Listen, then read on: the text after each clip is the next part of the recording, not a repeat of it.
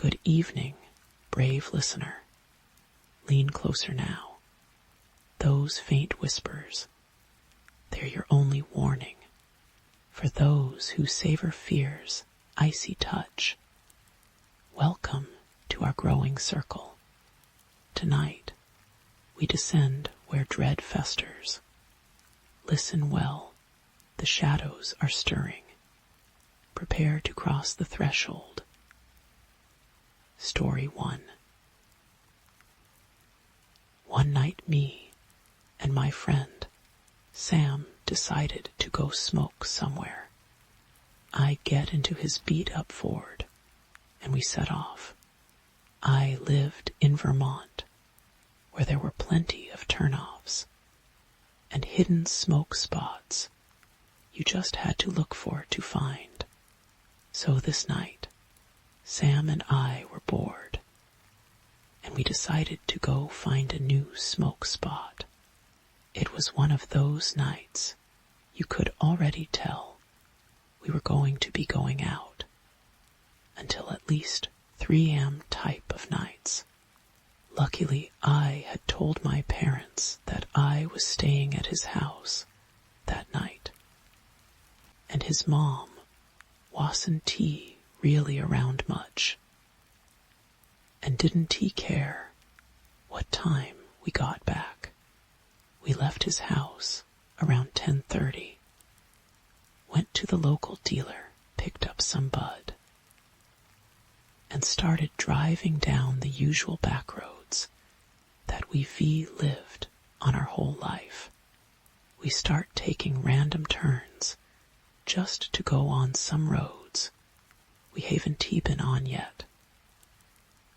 And after a while, we still weren't making any progress. We were still in high school, so any sign of life, or the possibility of a spot having a cop, freaked us out, and narrowed down our options quite a bit. Eventually, we found ourselves quite literally in the middle of nowhere, just driving down winding back roads.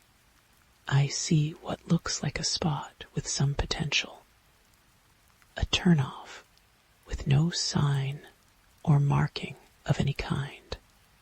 We turn up the road in his beat-up white Ford and head up what appears to be an access road to some power lines. After a while of driving up this access road, which was just 2 tire tracks separated by some grass, we get to the top, and there, a small clearing and a makeshift parking lot where some service vehicles are able to have access to the power lines.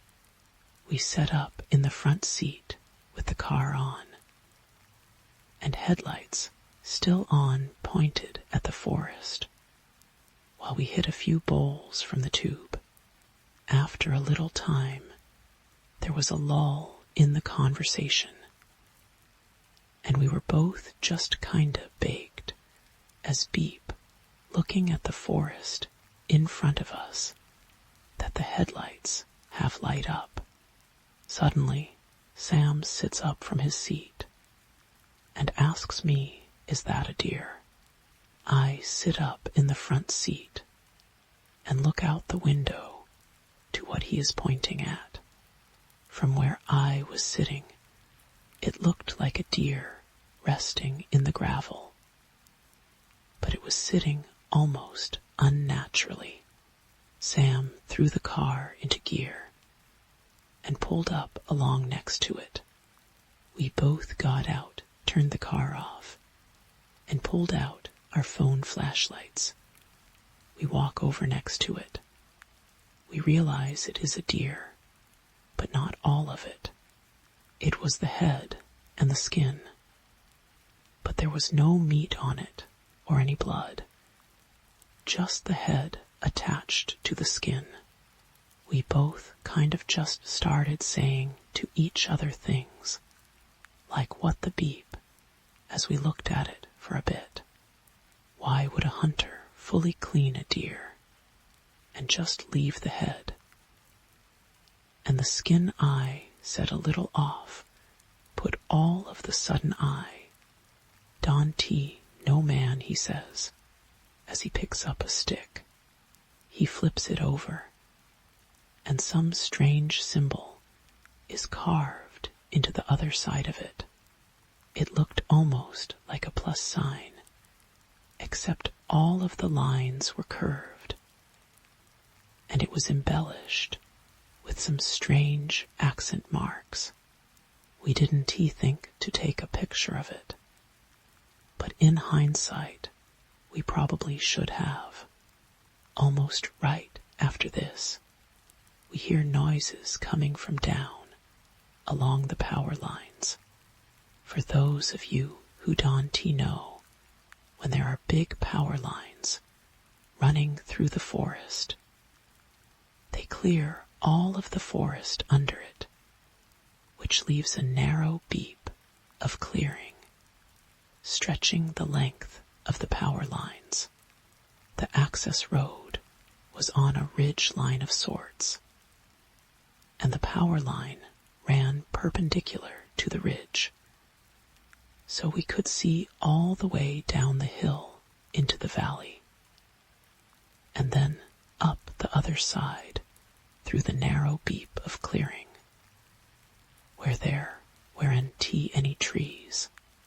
Right after we hear the noises, we turn our flashlights off, since both of us assumed that it was some service workers about to bust us, since who the beep else would be up here.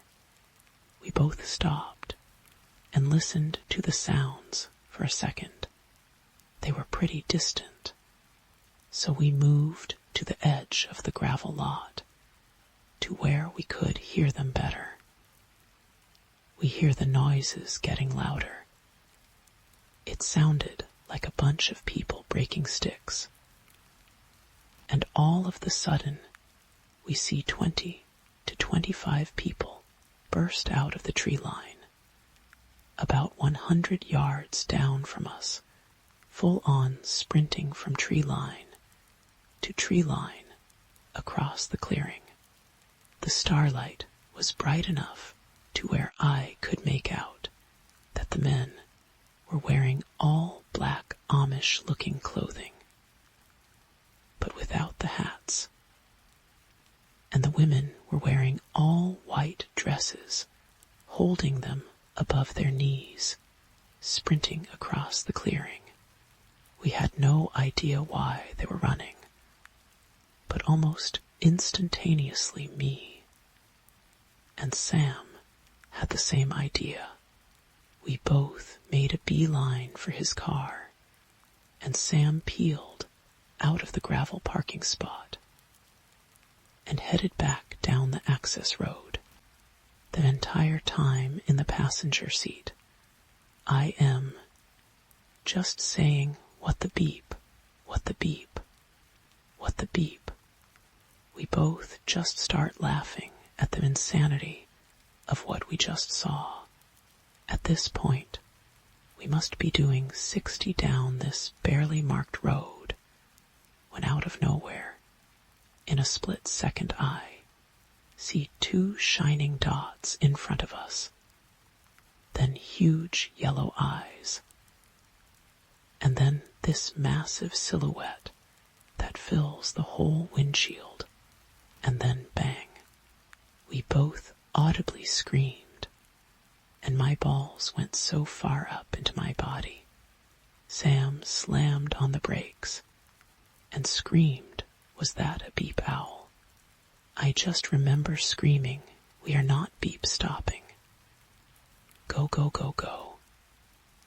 We make it back onto the main road, and then back to his house at around 2:30 am, and smoke some more and just talk about what the beep we just saw. To this day, we still talk about it, and neither of us know what we saw. Were those people running towards something or away from something. No idea, although it doesn't really make much sense. We both feel like the owl was related to what we saw. We just don't know how. Story 2. I had just started a summer job where I was basically a custodian cleaning classrooms. In preparation for the upcoming school year, my dad worked for the town's district, so he was able to get me this job. I was the youngest one there, as I am only 20, and there are a handful of people worked with me. They were usually off doing other tasks, like waxing the floors, or covering up foul, writing on the walls with paint. The schools were completely empty besides the staff, who was cleaning. Things were going fine my first couple of weeks. For the most part, I was on my own, wiping down desks and dusting while listening to music. It was nice, and I enjoyed not having someone on my beep all day telling me what to do. After I had finished cleaning the middle school, the head custodian had sent me and another woman, who was my coworker, to go start cleaning the high school. She was a slacker who'd often go out to smoke cigarettes, but was a really nice lady. She didn't really care what I did, and always was off doing whatever she wanted. So yeah, basically I was alone. Again, I didn't mind because I liked the freedom, but I was taking up the bulk of the work. A few days had gone by, and I finished cleaning a couple hallways. It was time to move to the basement, where the robotics and woodworking classes were. I didn't think anything of it until I got down there. I noticed light was peeking through under the doorway of the classroom. The windows of the class were covered with shades. I found this really odd since it was summer, and no one was in the building besides Karen and I. I walked over and peeked in the door window. The lamp was on at the desk, but no one was inside. I proceeded to knock. No answer. After turning the beep, I realized the door was locked, so I used my key to open the door. A musty smell flooded my nose. I decided to scope out the room. Maybe someone had forgotten to turn the lamp off. I disregarded that idea when I noticed the computer at the teacher's desk was on. The screen looked weird. I'd never seen this layout before. The website was all black with red writing on it. It also had a chat box. I didn't have time to read the chat because a sudden voice came from the doorway. "Can I help you?" It was a man, maybe in his early 40s, about 6 feet. "Oh, sorry. I am just cleaning the classrooms, and I didn't know if anyone was in here," I said in an embarrassed tone. "Ah, so I see. Well, I appreciate that, but don't worry about it in here. I am, working on a few things so sawdust is gonna get everywhere again after you clean anyways. He said this in a very strange way, like he was hiding something. He walked over and sat at his desk while closing the browser. Okay, no problem. I then proceeded to the door. Wait, could I ask you a favor? He said in delirious way. Yeah, sure. I didn't he really know what he was about to ask, and I couldn't find myself to say no. I just wanted to get out of there, as I was already creeped out. I have this, petition. It's to get more funding for the extracurricular classes, like art and woodworking. He sounded so uncertain, as if he made that up out of thin air. Sure, I paused for a moment when he handed me the paper. It only had 2 other names on it. The petition required a full name, phone number, email, and address. I immediately felt uncomfortable, but I didn't know how to decline. So I just added my information. Thank you so much, dear. You have a beautiful bone structure. By the way, he said, in such a creepy way. Thanks. I grabbed my cleaning supplies and speeded out of there. After that experience, I didn't really put much thought into it. Yes, he was creepy, but I didn't really have much evidence to persuade myself that he was out to get me or something, until I started running into him throughout the school. It became pretty frequent. It's as though he was watching me. Now I was concerned. I dismissed it because he'd just smile at me or wave if I saw him. Maybe I was overreacting. I mean, he was a teacher there, after all. Still, my gut feeling was telling me something wasn't right. Weeks went on, and I started to notice him less and less. I only had a few more weeks at this job, and then back to college I go. One day, the boss let everyone out early, since it was almost 100 degrees. I got home and decided to hang out with some friends. It was a group of us, about 5 or 6.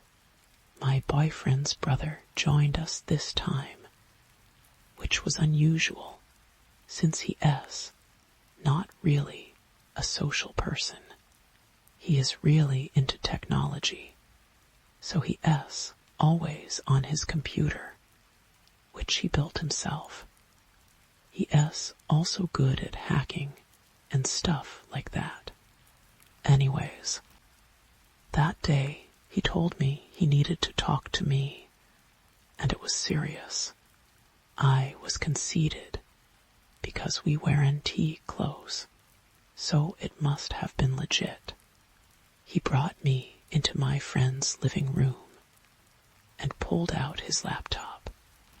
To my surprise, he was on the deep web.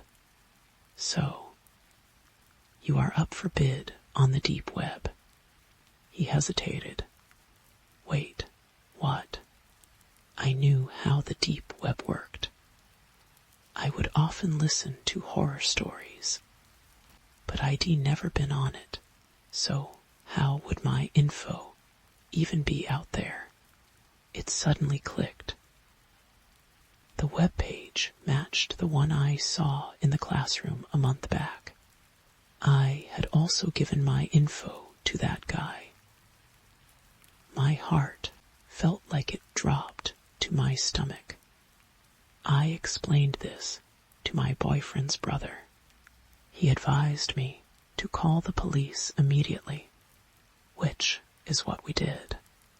They did an investigation on the teacher and found the activity on his computer. Not only that, but he had several girls' information along with pictures. Some of the girls were minors too. There were also wooden contraptions they found in his home, in which he probably made in the shop. He probably planned to use them on these girls, or me. I was disgusted, but relieved that he was caught. I often wonder what would have happened if the page was never discovered. Would he have kidnapped me and killed me online for these sick people? I don't know, and I don't want to know. I changed my number and moved since the incident. This just goes to show you can never give out your personal information. Story 3. The damp seeped into Mara S. bones long before she noticed the smell. It was the 3rd week in their new apartment. A cramped 2-bedroom unit on the top floor of the Excelsior. A name far too grand for the crumbling brick monolith hunched over a forgotten side street. They moved for Lily, her 5-year-old daughter. Fresh start, cheaper rent. Proximity to the specialist school that promised help for Lily S. selective mutism. Mara told herself the peeling floral wallpaper and perpetually sticky kitchen floor were temporary sacrifices. The constant, low hum of the city outside was a lullaby compared to the silence Lily carried within her. The first oddity was subtle, a faint scratching, like dry twigs dragged across plaster, coming from the shared wall with the empty apartment next door. Late at night, while Lily slept fitfully, Mara would press her ear to the cold plaster. Silence. Then, just as she pulled away, a soft, wet SHHHHK would echo, as if something heavy and damp was being dragged across the floorboards on the other side. Empty, the superintendent had assured her. Vacant for years, she dismissed it as old pipes, settling brickwork, the groans of a tired building. But the sounds grew. They developed rhythm. A slow, deliberate scrape, pause, scrape, pause. Sometimes interspersed with a wet, guttural sigh that seemed to vibrate through the wall and into Mara S. spine. It always came when Lily was asleep, or so deeply withdrawn she might as well have been. Then came the smell. It started near the shared wall in Lily S. small bedroom, a faint, sweetish odor, like overripe fruit left too long in a warm cupboard. Mara scrubbed the baseboards, aired out the room, checked for dead mice. The smell intensified. It became cloying, thick enough to coat the tongue. It wasn't tea just rot. It was the decay of something that shouldn't tea have been decaying, a scent that bypassed logic and settled directly into a primal knot of revulsion in the pit of her stomach. Lily S. nose wrinkled, but she never pointed, never made a sound. She just stared at the wall with wide, unblinking eyes, clutching her ragged stuffed rabbit. Mr. Hopsmara's exhaustion deepened, fraying her nerves. Sleep became fractured by the scraping sounds and the oppressive, sweet-rot stench. She started seeing things in the corner of her vision. Fleeting shadows that dissolved when she turned her head. Patches of damp on the ceiling that seemed to shift and coalesce into shapes resembling gaping mouths or pleading eyes. Was it sleep deprivation, the stress, the oppressive weight of Lily's silence, and her own gnawing fear that she was failing her child? Lily began to draw, not the bright, chaotic scribbles of before, but intricate, disturbing patterns. Obsessively, she covered page after page with dense, swirling lines that resembled mold colonies viewed under a microscope, or tangled, matted hair, and eyes, always eyes, dozens of them clustered together, staring blankly from the paper. She drew them on the shared wall in her room too, with a stubby brown crayon, low down near the baseboard where the smell was strongest. When Mara tried to wash them off, the crayon marks seemed to bleed into the plaster, staining it a faint, while green one rain-lashed Tuesday, the power flickered and died, plunging the apartment into a gloom thick with the smell. Lily was drawing by the weak gray light, filtering through the grimy window. Mara sat beside her, trying to muster energy she didn't have. The scratching from next door was louder, more frantic. Scritch, scritch, scratch, scrape. Just the wind, sweet pea, Mara murmured, her voice thick. Or maybe a squirrel got in over there, Lily. Didn't he look up? Her small hand moved with unnatural speed, filling another page with staring eyes. Then, very softly, a sound escaped her lips. Not a word. A thin, reedy whisper. Mara froze. Lily hadn't spoken a single word in over a year. What was that, baby? Mara breathed, leaning closer. Did you say something? Lily's hand stopped. Slowly, deliberately, she lifted her head. Her eyes, usually a warm hazel, looked flat and dark, like stagnant puddles reflecting no light. They fixed not on Mara, but on the stained plaster of the shared wall. Her lips parted. She's lonely, the whisper was dry, brittle, utterly devoid of inflection. It wasn't Lily's voice. It was the scrape of dead leaves on stone, the sigh of air through a long-abandoned crypt. Mara recoiled, ice flooding her veins. Lily, who's lonely? Lily's head swiveled towards her mother with a stiffness that was deeply wrong. A tiny, chilling smile touched her lips, revealing teeth that looked suddenly too sharp, too numerous in the gloom. The lady in the walls.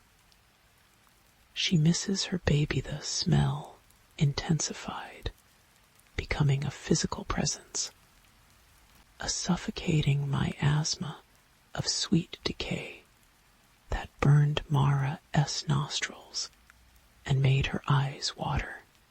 The scratching behind the wall became frenzied, punctuated by wet, tearing sounds. Rip, thump, slither, driven by a terror that overrode reason. Mara grabbed a heavy flashlight and a claw hammer from the toolbox under the sink.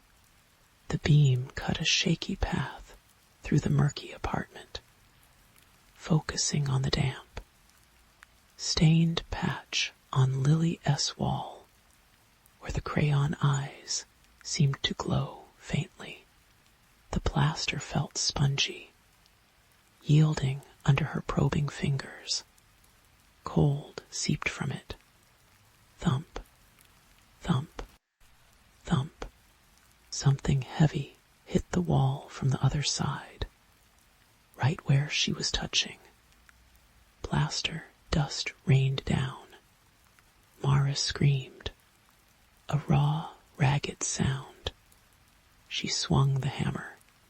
It connected with a sickening crunch that felt less like hitting plaster and more like striking rotten wood or bone.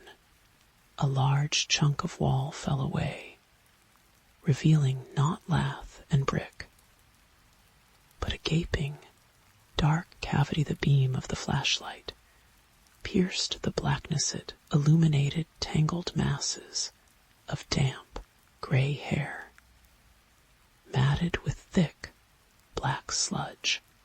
It shone on the curve of a skeletal shoulder blade, draped in tattered, moldering fabric the color of dried blood, and it fixed on a face, not a skull, a face, leathery skin stretched taut over sharp bone, lips peeled back in a silent, eternal scream, revealing gray gums and broken teeth. But it was the eyes that stopped Mara's heart. They were open, wide open, clouded with cataracts, yet somehow aware. They swiveled in their sockets, fixing on the flashlight beam, then slowly, horribly, shifting to look past Mara, to look at Lily. The smell became overwhelming, a wave of putrescence that made Mara gag and stumble back. From the cavity, a wet, rattling sigh escaped the lipless mouth. It wasn't a word, but Mara felt its meaning vibrate in her marrow, a psychic echo of unbearable loss and bottomless hunger. Mine. Lily stood perfectly still beside her ruined wall.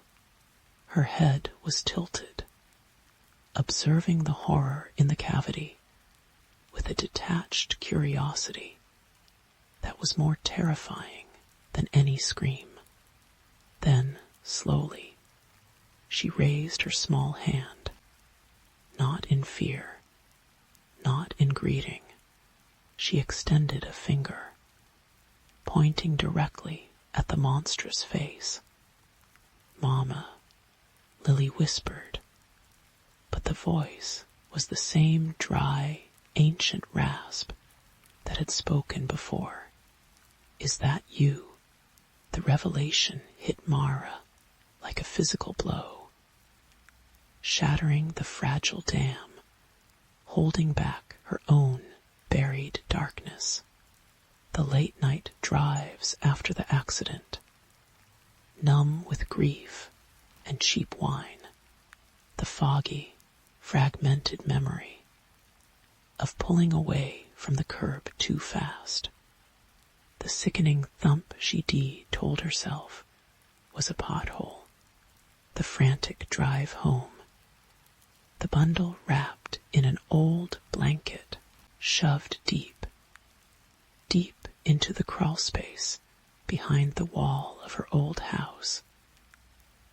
The house that had been demolished to build the Excelsior the Lady in the wall. Wasn't T a random phantom? She was Mara S. shame, her grief, her monstrous secret made flesh and bone and matted hair. She was the consequence Mara had walled away. Now clawing her way back through the crumbling barriers of time and plaster, and she wasn't T alone. The loneliness, the missed baby Lily, wasn't T pointing at the horror. She was acknowledging it, claiming it. The flashlight beam trembled violently in Mara's shaking hand. The thing in the wall shifted. Bones ground against each other with a sound like stones tumbling down a well. A skeletal hand, tipped with ragged, dirt-blackened nails, emerged from the cavity, groping blindly towards Lily, towards her child. No, the scream tore from Mara's throat, raw and desperate.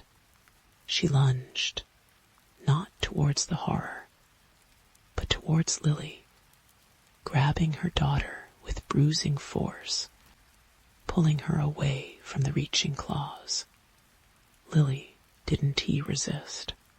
She felt terrifyingly light, almost insubstantial and cold. So cold Mara stumbled back into the hallway, dragging Lily, her eyes fixed on the gaping hole. The clouded eyes of the thing followed them.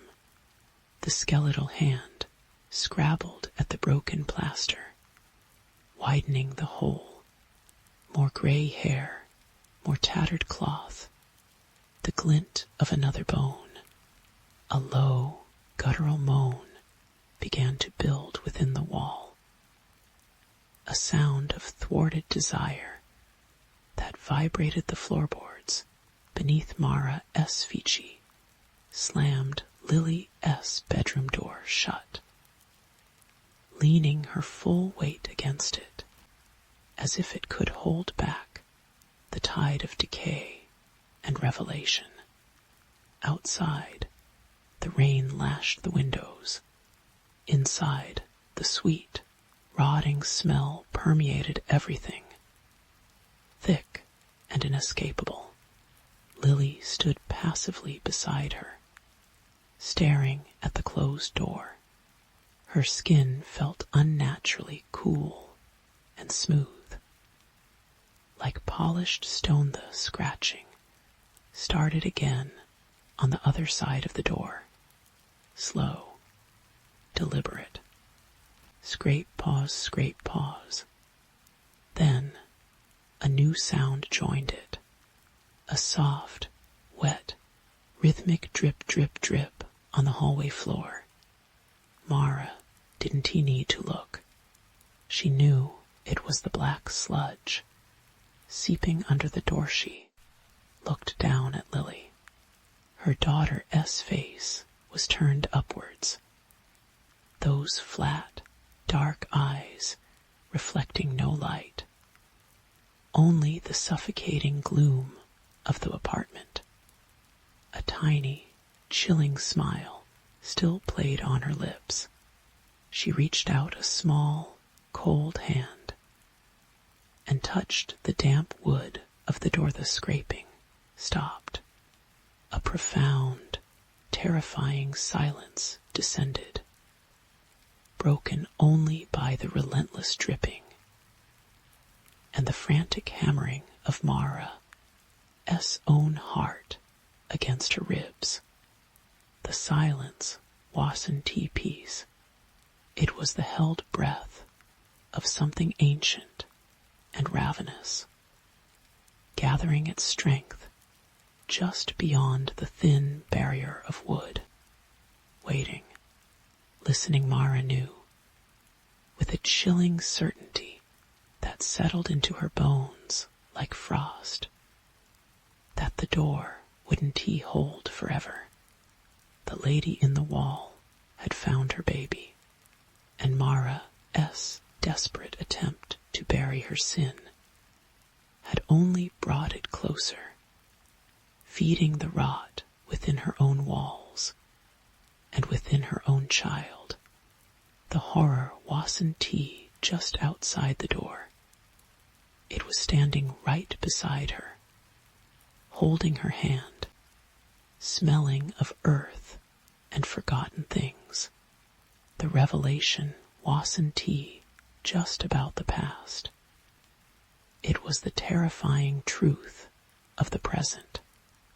The rot was inside, and it was hungry. Story 4. The smell started 3 days ago. Not unpleasant at first, just off, like forgotten fruit turning viscous in the bottom of a bin. A sweetness curdled by decay. Silas Thorne blamed the heat wave, baking the city. The ancient plumbing groaning in the walls of his cramped studio apartment. He opened windows, sprayed citrus air freshener that only layered chemical brightness over the underlying wrongness. It clung to the back of his throat. A phantom taste of spoiled milk and damp earth sleep became fractured. He de-jolt awake at 3:17 am. Every night without fail. The digital clock's crimson numerals burning in the suffocating dark. His heart would hammer against his ribs like a trapped bird. Sweat chilling instantly on his skin. The silence wasn't empty. It felt occupied. A pressure against his eardrums. A faint, rhythmic thump-thump-thump he couldn't locate. Like a muffled heartbeat coming from the walls. Or perhaps beneath the worn floorboards. He lie rigid, straining his ears, until the sound faded with the first gray light, leaving him hollow-eyed and strung out the apartment. His sanctuary for 5 years began to feel alien. Objects subtly shifted. The chipped blue coffee mug he always left handle left on the drainer would be handle right. The framed photograph of his parents on the dresser, tilted slightly askew. A book pulled halfway off the shelf. Small things, easily dismissed as fatigue or forgetfulness. But they accumulated like dust in the corners of his mind. He started taking pictures with his phone, the coffee mug, the photo frame, the bookshelf, a desperate attempt to anchor himself in a reality that felt increasingly slippery. Then came the flies, just 1 or 2 at first, sluggish and fat-bodied, bumping against the grimy window pane. Then more, a buzzing constellation drawn to the deepening, sickly sweet stench that now permeated everything. It wasn't just spoiled fruit anymore. It was meat left too long in a broken fridge. It was wet garbage in a forgotten alley. It was the cloying perfume of corruption Silas, cleaned frantically. He emptied cupboards, scrubbed floors until his knees ached, bleached every surface. The smell only intensified, seeming to seep from the very plaster of the walls. It got into his clothes, his hair, a constant olfactory companion that turned his stomach and frayed his nerves. He stopped inviting people over. He stopped going out much at all. The world outside feeling too bright, too loud, too real, compared to the creeping dread thickening within his own 4 walls one sleepless 317 M. The rhythmic thumping was louder, not just beneath the floor anymore. It seemed to emanate from the narrow closet tucked beside the bathroom. Silas had avoided that closet for days. The smell was strongest there, a palpable miasma that made his eyes water. But the thumping, thump, thump, thump, steady, insistent, like something trapped, or something knocking his breath hitched, each inhalation thick with the stench. Cold sweat slicked his palms. The apartment was utterly silent, except for that maddening rhythm. He approached the closet door. The cheap plywood, warped slightly with age and humidity. His hand hovered over the brass knob, icy cold to the touch, despite the oppressive heat. His reflection in the mirror, opposite the closet, looked gaunt, haunted, eyes wide with terror. He couldn't disguise. He looked like a man already half consumed. Just open it. Prove it as nothing. The pipes. Rats. Anything. He twisted the knob. It stuck. Then gave with a protesting squeal. The door swung inward, releasing a wave of putrescence so profound Silas gagged, stumbling back. While rising in his throat, the closet was shallow, barely more than an alcove. His winter coats hung limply. Boxes of old papers sat stacked, and beneath them, crammed into the dark space at the back, was a shape, swathed in layers of thick, black plastic garbage bags, clumsily taped shut. The source of the smell, the source of the flies that now swarmed angrily around it, disturbed by the opened door. The source of the thump, thump, thump, a slow, heavy pulsing against the plastic, where a chest might be horror, cold and absolute, washed over Silas. He hadn't put anything like that in there. He knew he hadn't, yet the shape was undeniable. The smell was undeniable. The movement. He staggered back, crashing into the dresser, knocking the framed photo of his parents clattering to the floor. The glass shattered. He didn't care. His eyes were fixed on the plastic-shrouded horror in his closet. Who? What? How long had it been there? The flies, the smell for days, weeks. His mind reeled. Had he done this? Was he capable of this? Black spots danced at the edge of his vision. He needed air. He needed to get out. He fled the apartment, slamming the door behind him, the stench clinging like a shroud. He didn't stop running. until he reached the all-night diner 3 blocks away. The harsh fluorescent lights and smell of stale grease, a bizarre comfort. He slumped into a booth, trembling uncontrollably. Ordering black coffee, he couldn't bring himself to drink. He pulled out his phone, thumbing frantically through the photos he'd taken the coffee mug, the photo frame, the bookshelf, proof of the subtle shifts, proof he wasn't going mad, proof something was in his apartment. He stopped on the photo of the tilted picture frame, zoomed in.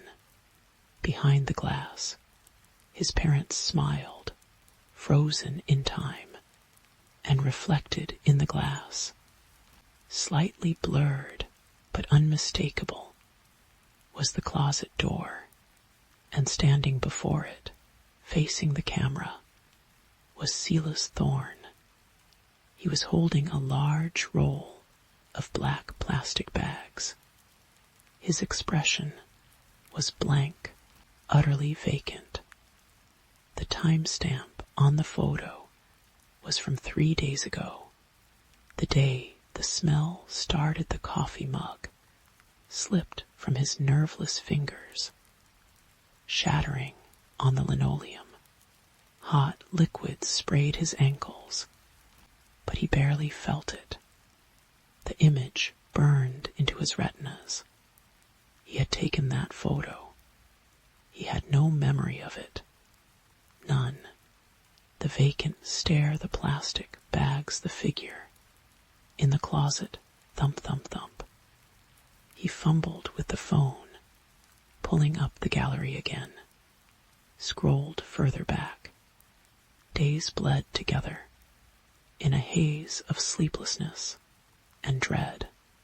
Photos of his mundane life, interspersed with his desperate documentation of the shifting objects. Then, a week ago, a photo taken in the dim pre-dawn light. It showed his rumpled bed, empty. The timestamp, 3:18 a.m. He always woke at 3:17. He never took photos then. He zoomed in. On the pillow was an indentation, the shape of a head, but the bed was empty, and beside the pillow, on the nightstand, lay his phone. He couldn't have taken the picture the world tilted. The diner sounds the clatter of plates. The murmur of conversation receded into a muffled roar. He wasn't just documenting shifts. He was documenting an intrusion, an occupation. Something was moving things. Something was in his apartment. Something that looked like him, or worse was him, a fractured piece, a doppelganger born of sleepless dread. He had to go back. He had to know. He paid his bill with trembling hands, ignoring the concerned look from the waitress. The walk back to his building was a nightmare. Every shadow seemed to detach itself and slither. The sodium streetlights cast long, grasping fingers across the pavement. The familiar door to his building felt like the maw of a beast inside his apartment. The stench hit him like a physical blow, stronger than ever, thick, cloying, alive. The buzzing of flies was a constant, angry drone. The closet door stood open, just as he'd left it. The plastic-shrouded form was still there, The rhythmic thumping was slower now, weaker, but still present. Thump, thump, thump, Silas. Couldn't he breathe? He needed light. Real light. He stumbled towards the bathroom, flicking on the harsh overhead bulb. The sudden glare blinded him for a second. He blinked, gasping for air that tasted of death. He leaned on the sink, staring at his own haggard reflection in the mirror. The face looking back was pale, etched with deep lines of terror, eyes bloodshot and wild. His own face, yet not. He frowned. There was something on the mirror's surface, low down, near the faucet. He leaned closer. It was a smudge, a handprint, but not his. It was too large. The fingers were splayed unnaturally wide, and it wasn't just a smudge. It was dark, brownish red, and it smelled metallic, like old blood. But underneath, that faint but unmistakable was the same cloying sweetness of decay. His blood ran cold. He hadn't touched the mirror there. He never touched it there. He looked down at his own hands, clean, trembling, then back at the print. He slowly, hesitantly, raised his own right hand, placed it over the print on the glass it matched. Perfectly. The size, the span of the fingers, the curve of the palm. It was his handprint. But it wasn't ink or dust. It was residue, sticky, cold, and when he pulled his hand away, his own palm was smeared with a thin film of the same brownish red substance. He brought it to his nose. Blood and rot. The smell of the closet. The smell of it. The revelation struck him with the force of a physical blow. It wasn't just in the apartment. It wasn't just mimicking him. It was him, or a part of him, a decaying, forgotten part. The thumping in the closet, it wasn't a trapped animal. It was a heartbeat. His heartbeat, or what was left of it. He turned, slowly, deliberately, away from the mirror, away from the evidence of his own decaying touch. He faced the open closet. The flies swirled in a frenzied cloud. The plastic pulsed weakly. Thump, thump. He knew what he had to do. He had to see. He had to know what he had become, or what was becoming him. He walked towards the closet, each step heavy with dread. He reached out, his hand trembling violently, fingers hovering over the tape, sealing the top bag. The stench was overwhelming, a physical presence pushing against him. Flies landed on his skin, crawled across his knuckles. He didn't brush them away. He peeled back the tape. The plastic rustled. He pulled the layers apart. The smell intensified. A wave of pure putrefaction that made his vision swim. He gagged, tears streaming from his eyes. He forced himself to look inside the plastic, wrapped in stained sheets, was a body. The skin was gray-green, bloated, peeling in places. The features were distorted by swelling and decay, but still recognizable. The shape of the nose, the curve of the jaw, the thinning brown hair. Matted with something dark it was his face, Sela's Thorn-s face, eyes milky and half open, staring sightlessly upwards. The mouth was slightly agape, revealing darkened teeth. The chest cavity it was sunken, wrong, and yet thump, thump, a faint, impossible movement. Beneath the stained fabric, covering its torso, Sela's stared at his own decaying corpse.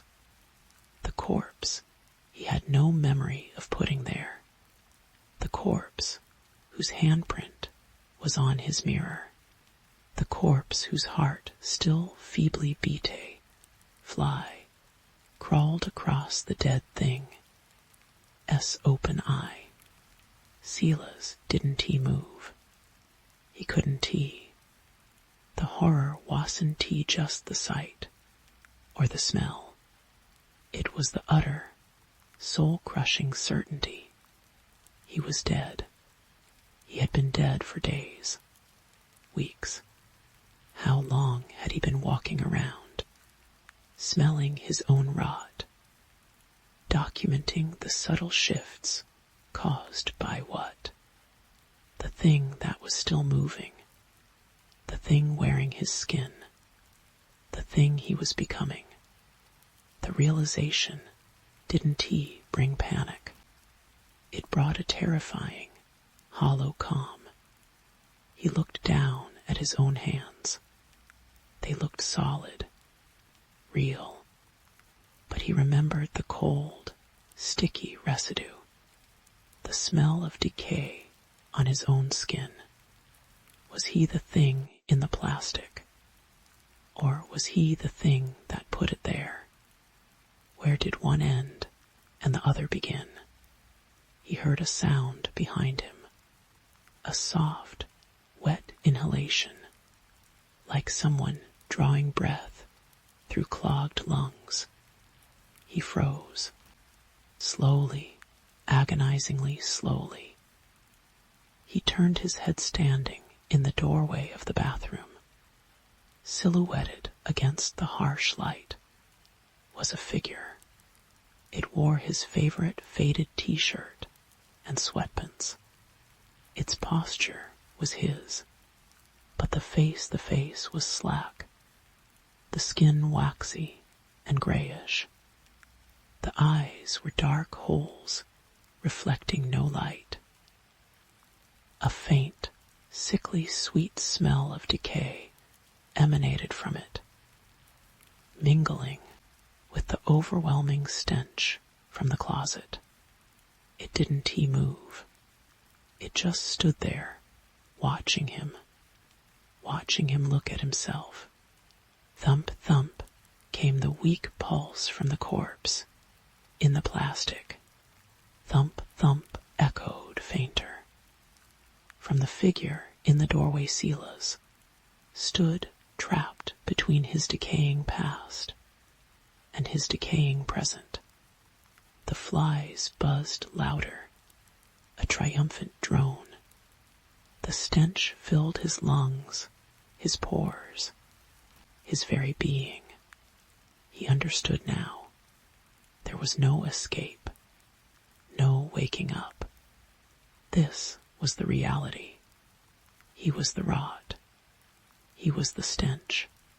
He was the thing in the closet and the thing in the doorway. He was the slow, inevitable decay of his own existence.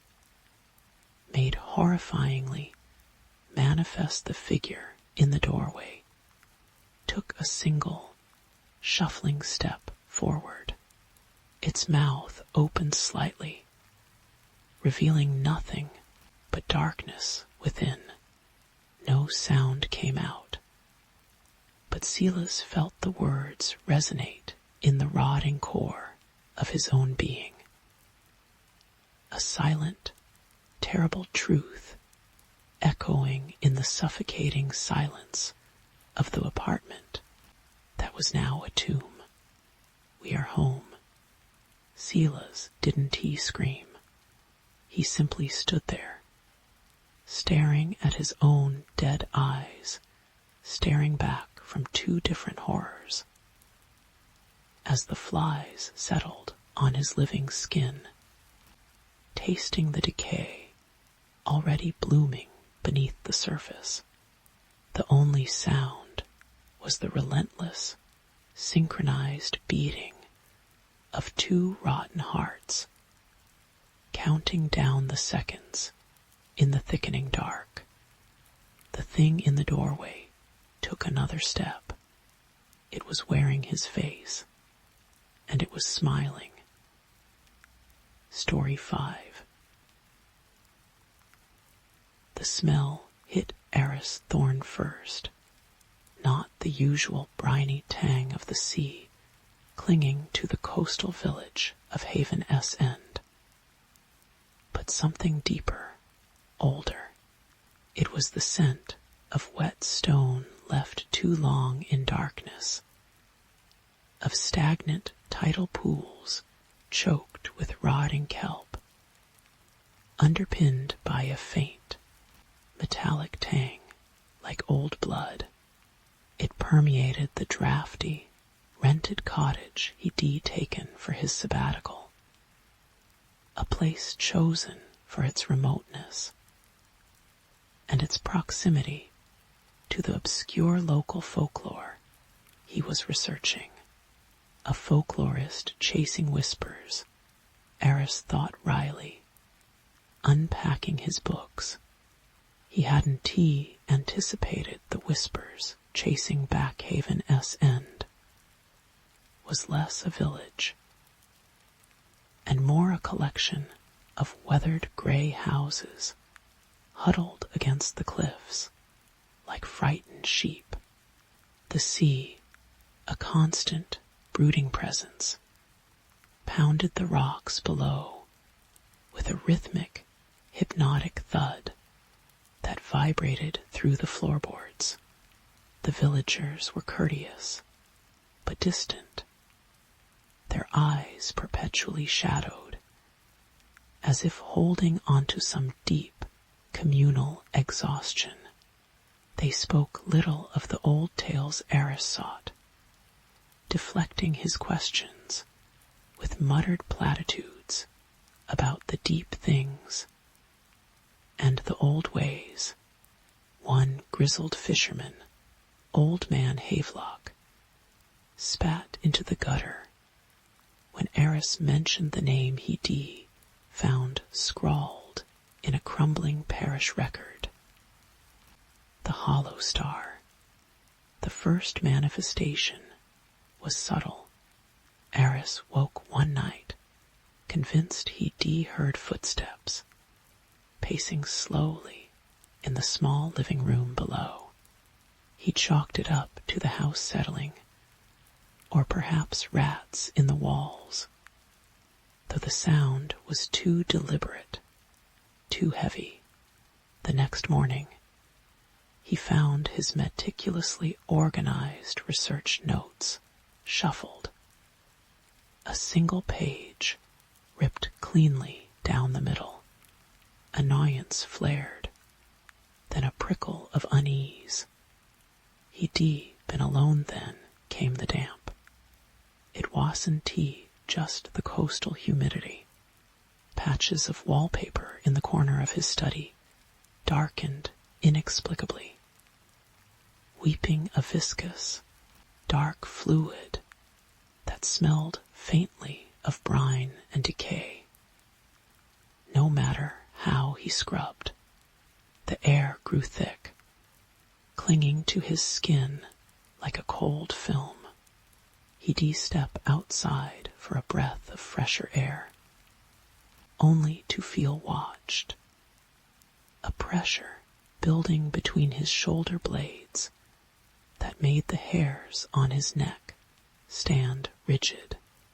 Turning, he'd see nothing but the empty, wind-scoured lane, or the vast, indifferent expanse of the gray sea. The whispers started soon after, not words exactly, more like the susurrus of reeds dragged through deep water, or the sigh of air escaping a submerged cavern. They came at the edge of sleep, or when he was engrossed in translating fragmented local legends, tales of drowned lights beneath the waves, of things that walked ashore on moonless nights, of a presence older than the cliffs themselves, known only as that which waits below. The whispers seemed to coil around these passages, lending them a chilling resonance. He'd jerk his head up, heart hammering, the room silent save for the relentless thump of the sea. The sense of isolation deepened, curdling into claustrophobia. The village felt less like a refuge and more like a cage. The few shops closed earlier. Curtains twitched shut as he passed. Even the sea seemed to press closer, its gray-green surface unnervingly still on some days, reflecting the low, oppressive sky like a tarnished mirror. On others, it churned with unnatural ferocity, waves crashing against the harbor wall with a sound like breaking bones.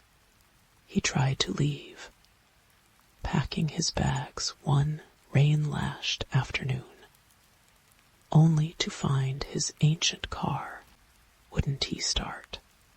The mechanic, a taciturn man named Gareth, peered under the hood, his face grim in the downpour. Salt air, he muttered, wiping oily hands, corrodes everything given time. Like it corrodes folk. He refused to meet Eris S. Eyes the manifestations escalated. Objects began to move. A heavy ceramic mug slid slowly off the kitchen counter, shattering on the stone floor. Books flew from shelves, as if swatted by an invisible hand.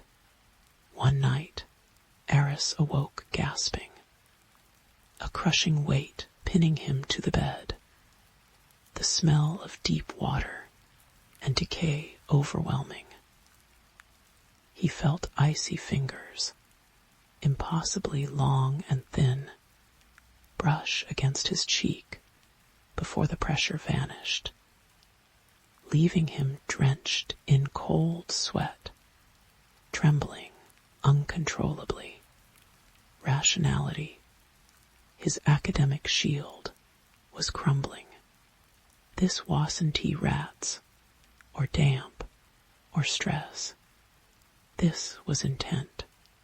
He delved deeper into the forbidden lore, driven by terror now, not curiosity. He found oblique references in water-stained diaries and half-burned church ledgers. The hollow star wasn't a celestial body, but a name for the abyssal trench just offshore, a place where the seafloor plunged into unfathomable darkness, and it wasn't empty. Something inhabited it, something ancient and vast that predated humanity, a consciousness that existed on a scale Eris S. mind couldn't grasp. It wasn't malicious in the human sense. It was simply hungry, and its hunger resonated through the water, through the rock, through the very bones of Haven S. End. It drew sustenance, not just from flesh, but from dread, from despair, from the slow erosion of hope. The villagers wherein T just resigned. They were feeding it, generation after generation. Their quiet misery a sacrifice to keep its full attention at bay. The whispers, the damp, the shadows, they were signs of its attention turning towards him. The final revelation came on a night devoid of moon or stars. The sea was preternaturally calm, a black sheet stretching to the horizon. The oppressive silence was broken only by the drip of that dark fluid from the ceiling, forming a small, viscous pool on the floorboards.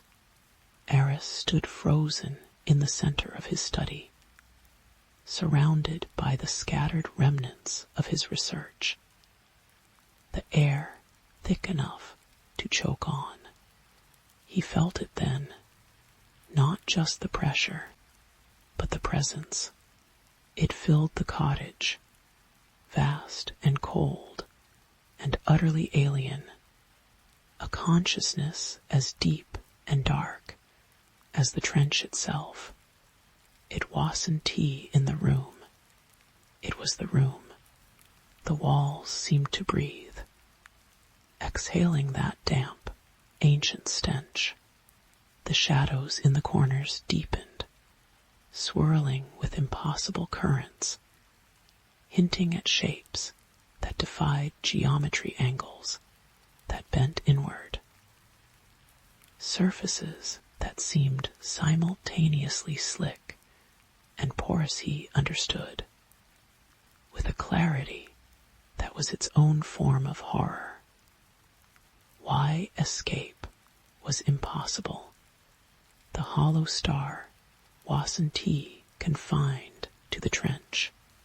Its influence was the sea, the cliffs, the very air of Haven S. End. It was in the marrow of the villagers, in the salt on the wind, in the damp weeping from his walls. He was already within it, leaving the cottage, the village, even the island. Wouldn't he matter? The cold tendrils of its awareness had wrapped around his psyche. His fear, a beacon it had latched onto. He was marked. The subtle manifestations, the whispers, the moving objects, the crushing weight weren't merely harassment. They were the entity tasting him, attuning itself to the specific frequency of his terror. It was a slow digestion, a psychic assimilation. A low, subsonic hum vibrated through the floor, resonating in his teeth and bones. It wasn't tea sound, but a physical pressure wave emanating from the deep. The pool of dark fluid on the floor began to ripple, not from any external force, but from within, as if something stirred beneath its surface. Eris watched, paralyzed, as a shape began to coalesce in the swirling blackness. It wasn't a hand or a face, but a suggestion of something else, a fragment of impossible anatomy surfacing from an abyssal nightmare. It shimmered with a wet, non-reflective darkness, forming and dissolving like ink in water. yet radiating a palpable, chilling sentience. It was an appendage of the vastness below, a sensory probe extruded through the fabric of reality into his cottage. Into the very manifestation of its influence he backed away, his breath coming in ragged gasps that tasted of brine and decay. His hand brushed against the cold stone of the fireplace. He looked down. Etched into the stone, faint but undeniable, were new marks. Not scratches from tools, but grooves that looked like they'd been worn by the constant, patient dripping of water, or the tracing of impossibly cold, slender fingers. They formed patterns that hurt his eyes to follow, spirals that seemed to descend infinitely, angles that folded in on themselves. They were the same patterns hinted at in the oldest, most fragmented texts he'd found, the ones deemed mad ramblings. They were a script, a signature, or perhaps just the natural resonance of the entity-s presence, pressed upon the world. The humming deepened. The shape in the black pool elongated, stretching towards him, not quickly, but with the inevitability of a glacier. It left no trail on the floorboards, yet the air around it warped, shimmering with cold. Eris knew running was futile. Screaming would be swallowed by the entity's vast silence. The cottage, Haven-s end, the world itself, felt like a thin membrane stretched over an infinite, hungry dark. He was a mote of dust on that membrane, and the darkness had found him. The villagers' resigned eyes flashed in his memory, not just resignation, but recognition. They knew this moment. They'd all faced it, or their ancestors had. This was the bargain. A life steeped in low-grade dread, feeding the abyss, or becoming its direct, intimate feast. The cold, intensified, radiating from the approaching shape. It wasn't the chill of winter air, but the absolute, life-sucking cold of the deep ocean trench, the cold of void. His fingers began to numb. His breath plumed white in the suddenly frigid air of the cottage. Though the hearth was cold, he could feel it now, not just seeing the shape, but feeling its attention like a physical weight. A crushing pressure centered on his chest, squeezing the air from his lungs. It wasn't anger or malice he sensed, but a vast, indifferent curiosity, the kind a scientist might have for a dissected specimen. He was being examined, his fear catalogued, his essence measured for consumption. He stumbled back against the wall, the rough stone scraping his palms. The damp patch there seemed to pulse, weeping faster. He saw, reflected in the dark, viscous fluid, not his own terrified face, but a distorted glimpse of the abyss swirling constellations of dead stars, geometries of impossible depth, and something vast and formless shifting in the profound dark. It was a window, not a mirror. It was looking back, and it saw him, truly saw him. Not Dr. Eris Thorne, folklorist, but a source of exquisite, resonant terror. The shape from the pool touched the toe of his boot, not a physical contact, but a wave of pure, paralyzing cold that shot up his leg, locking the muscles. The humming filled his skull, vibrating his thoughts into incoherent static. The whispers returned, louder now, no longer sibilant sighs, but guttural clicks and groans, the language of crushing pressure and shifting tectonic plates. He understood fragments, surface dweller resonance, sustain hollow star. He tried to scream, but his throat was frozen shut. His vision darkened at the edges, tunneling towards the shifting, impossible form rising from the black pool, reaching for him with limbs of condensed shadow and cold. Escape wasn't just impossible.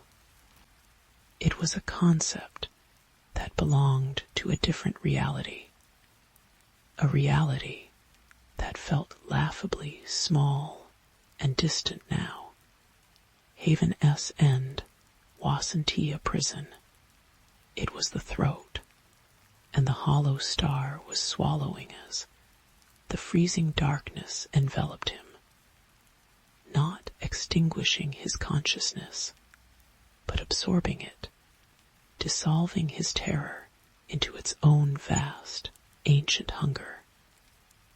Eris Thorne had one final, fragmented thought. The villagers, wherein tea resigned. They were grateful, grateful that the feast had found another course, buying them a little more time beneath the hollow sky, beside the waiting sea, feeding the endless dark with their quiet, communal dread. The dripping on the floorboards continued, a slow, rhythmic counterpoint to the crushing silence left behind. The marks on the fireplace deepened, almost imperceptibly. Outside, the sea sighed against the rocks, a sound like contentment. The hollow star had fed, and it was patient.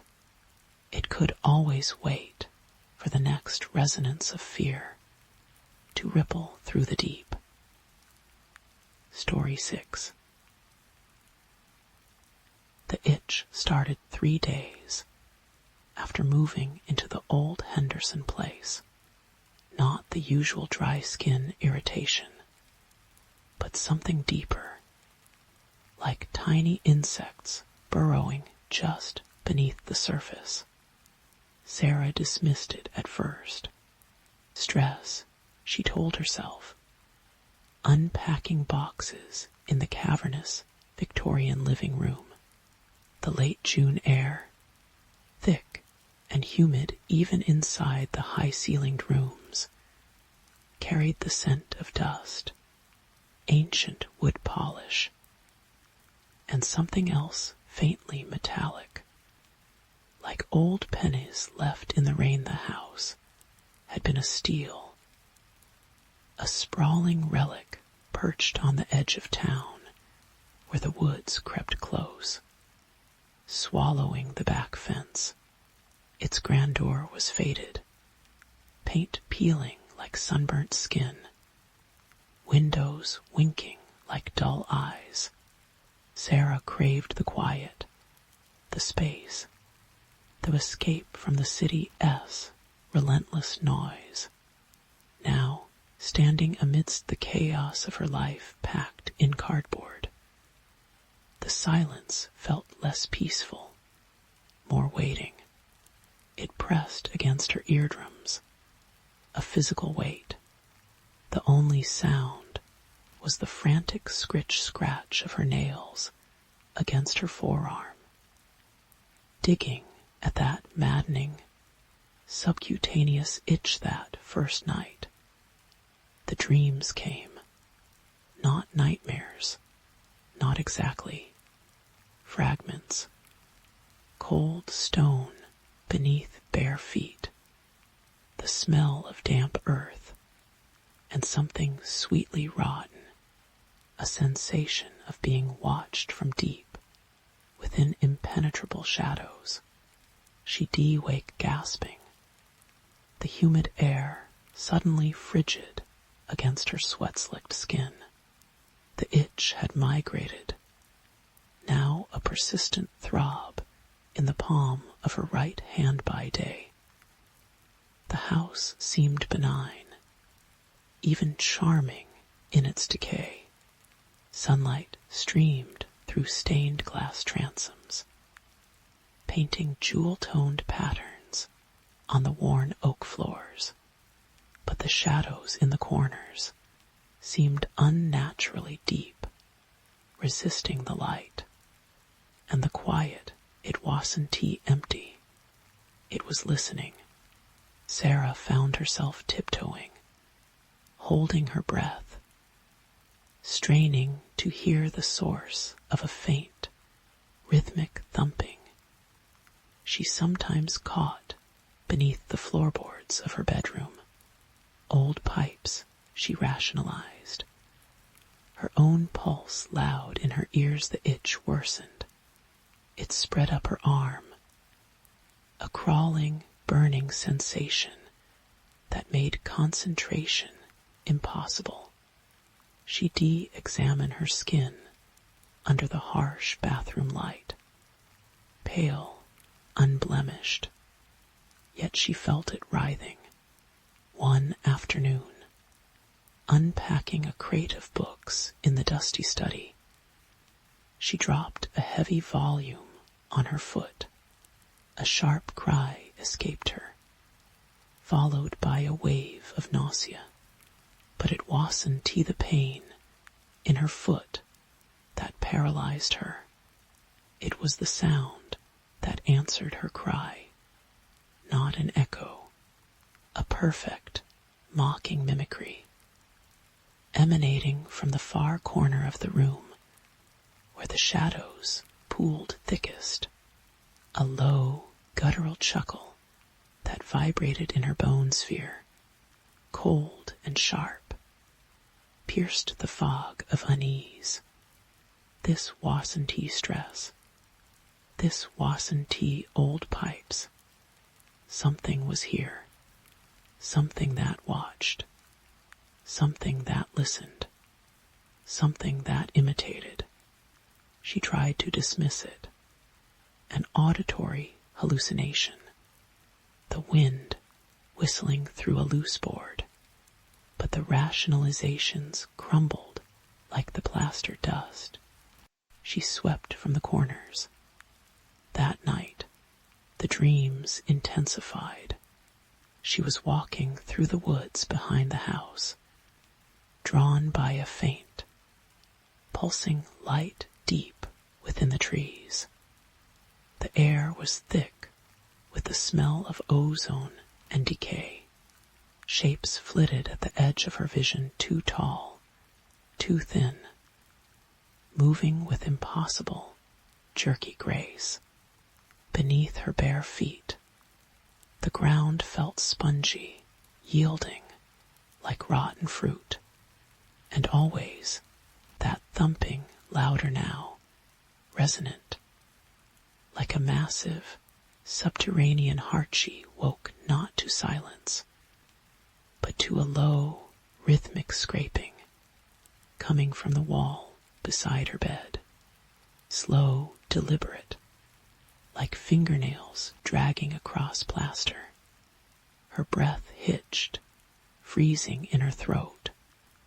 The air tasted coppery, metallic, She squeezed her eyes shut, praying it was a dream residue. The scraping stopped. Then a single, sharp tap right against her temple. Separated from her by only inches of crumbling plaster, panic seized her. She scrambled out of bed, fumbling for the light switch. The harsh overhead bulb revealed nothing but the faded floral wallpaper, peeling slightly near the baseboard. No marks, no holes, just the lingering terror, cold sweat slicking her skin, and the maddening, burning itch now consuming her entire right side. Desperation drove her to town the next day. The local librarian, Mrs. Gable, a woman with eyes like chips of flint and skin like parchment, eyed her warily when Sarah hesitantly asked about the Henderson Place history. Folks don't stay long out there, Mrs. Gable said, her voice a dry whisper. Old man Henderson, peculiar fella, kept to himself, obsessed, they say, with roots. She tapped a gnarled finger on the counter. Not tree roots, mind you, deeper things, things that grow. Said the house sat on a convergence, a place where things bleed through. She leaned closer, the scent of lavender and dust thick.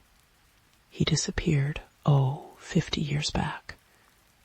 Left everything, just gone. Some say he dug too deep, went looking for the source, found it. She paused, her gaze boring into Sarah. They say the house remembers. It hungers, feeds on, unease.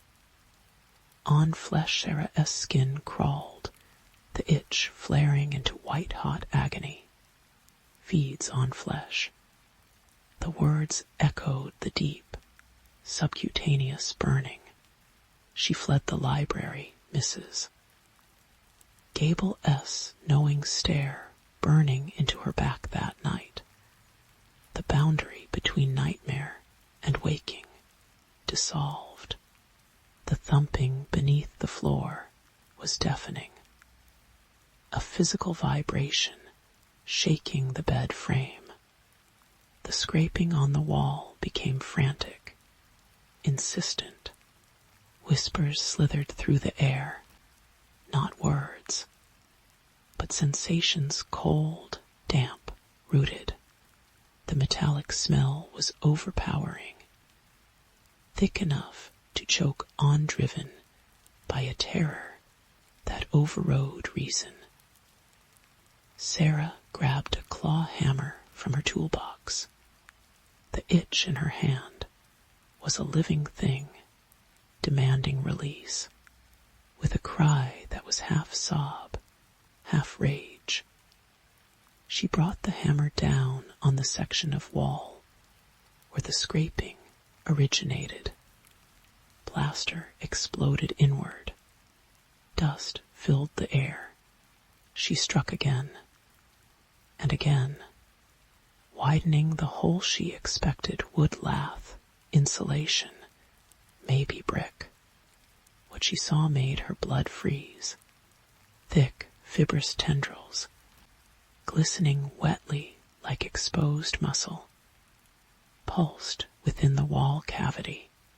They were dark, almost black, threaded through with veins of iridescent green.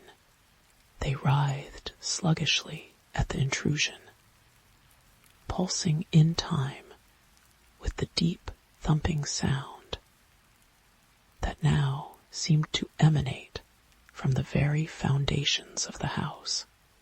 The air pouring from the hole was frigid and carried the unmistakable, cloying scent of turned earth and decay, but worse was what she saw embedded deep within the nest of pulsating roots. Not brick, bone, yellowed ancient bone, fused seamlessly with the writhing tendrils. A human femur, unmistakable, and beside it, nestled like a grotesque jewel, a skull fragment, eye socket dark and staring. This Wasantee just built on something. The house was the thing. Henderson hadn't just found the source. He'd become part of it, part of the hungry, growing entity beneath the soile wave of nausea hit her, followed by a horrifying revelation that wasn't thought, but felt, rising from her own burning skin. It wasn't just feeding on her fear. It was trying to grow into her. The itch wasn't an irritation. It was penetration. The tendrils weren't just in the walls. They were seeking entry through her. The sensitivity, the crawling sensation, it was the house's roots. Microscopic filaments, questing beneath her skin, tasting her, preparing to anchor deep. She stumbled back, dropping the hammer with a clatter that echoed unnaturally in the thick silence.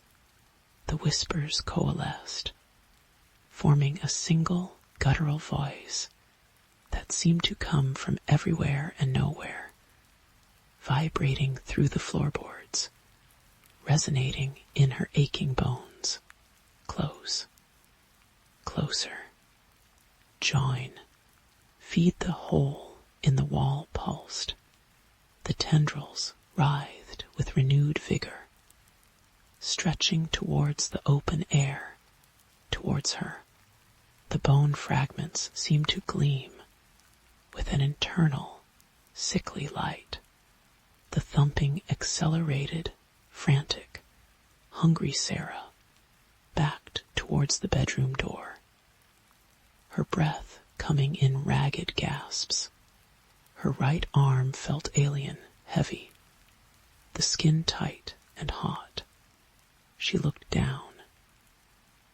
In the dim light, she saw it, subtle, yet undeniable, a faint tracery of greenish veins, pulsing just beneath the surface, mirroring the rhythm from the wall, spreading from her palm, up her forearm. The horror wasn't just outside anymore. It was in her, growing, anchoring. Henderson hadn't disappeared. He'd been absorbed, consumed, become part of the house's deep, hungry flesh.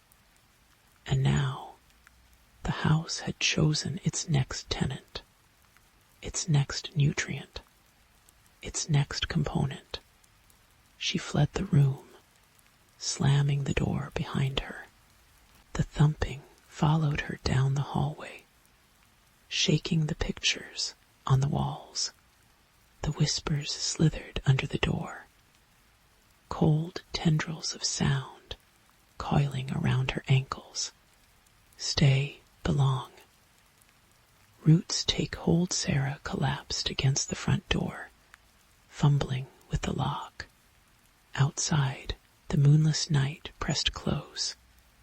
The woods a wall of impenetrable black. Escape. To where?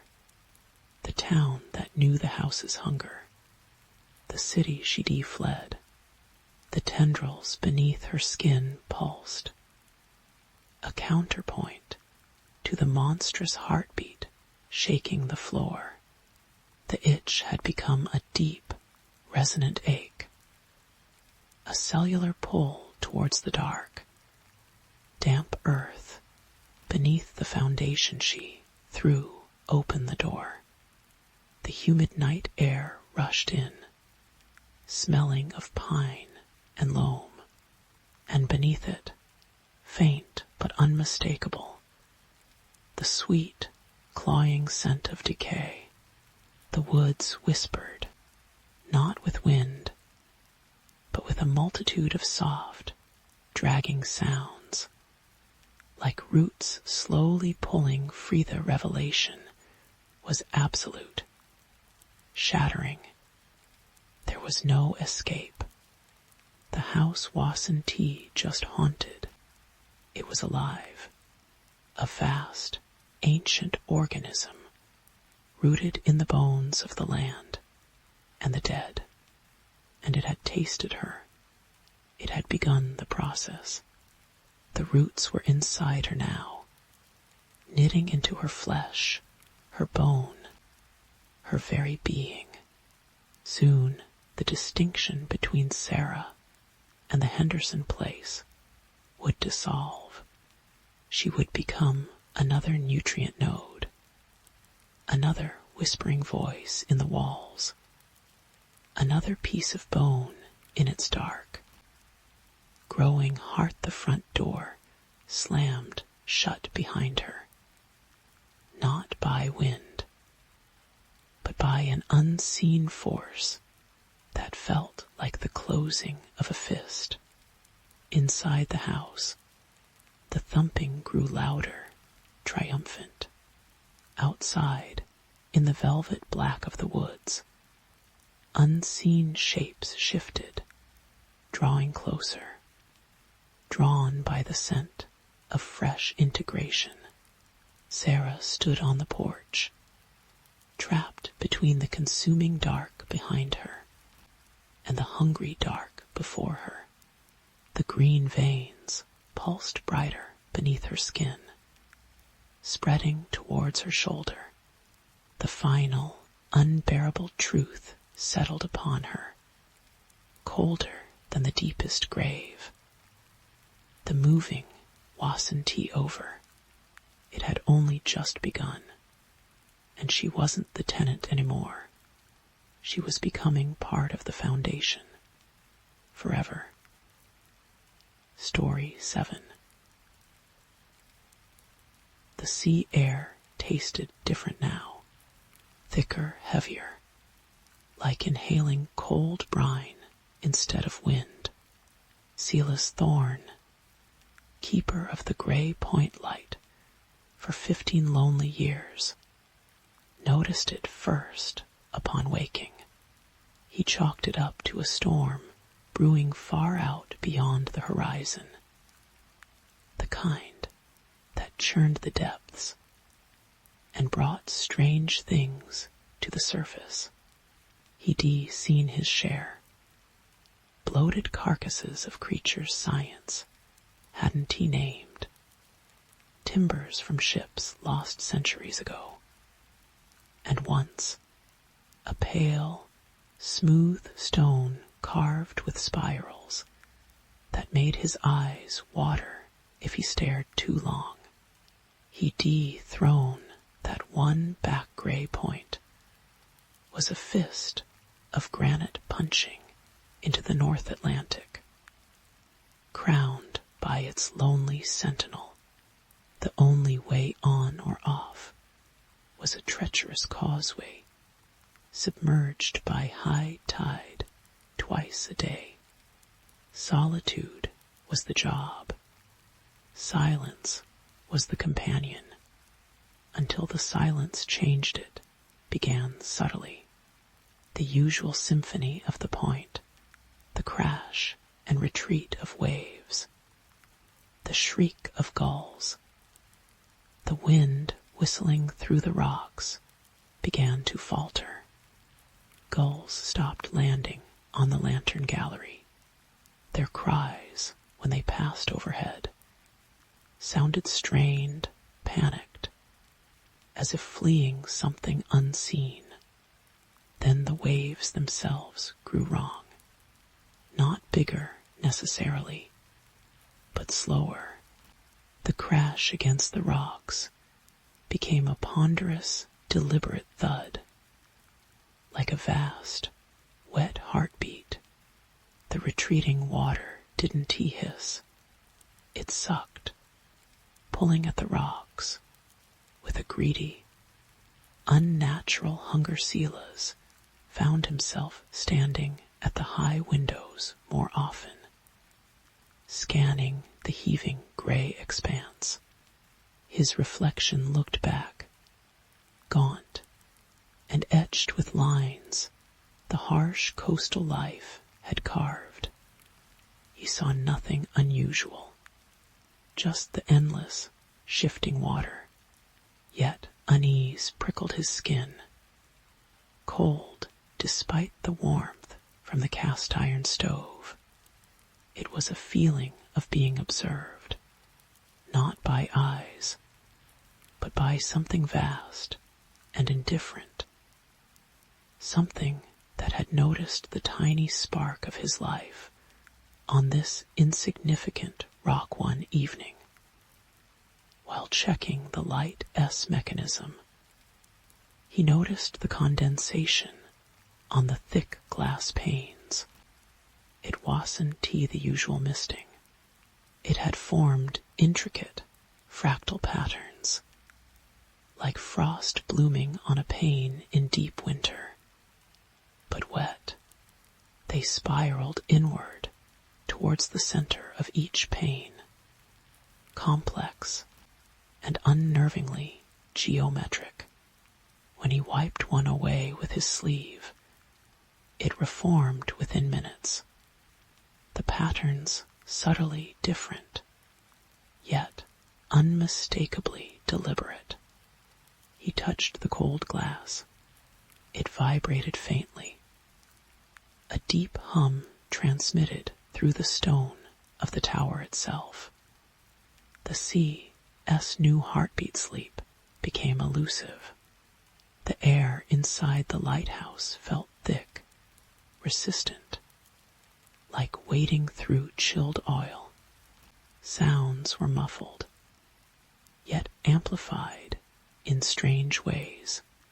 He'd hear the drip-drip of a leaky faucet downstairs, as if it were right beside his ear, only to find the tap bone dry. The rhythmic thud of the waves below began to synchronize with his own pulse, a slow, dragging beat that echoed in the marrow of his bones.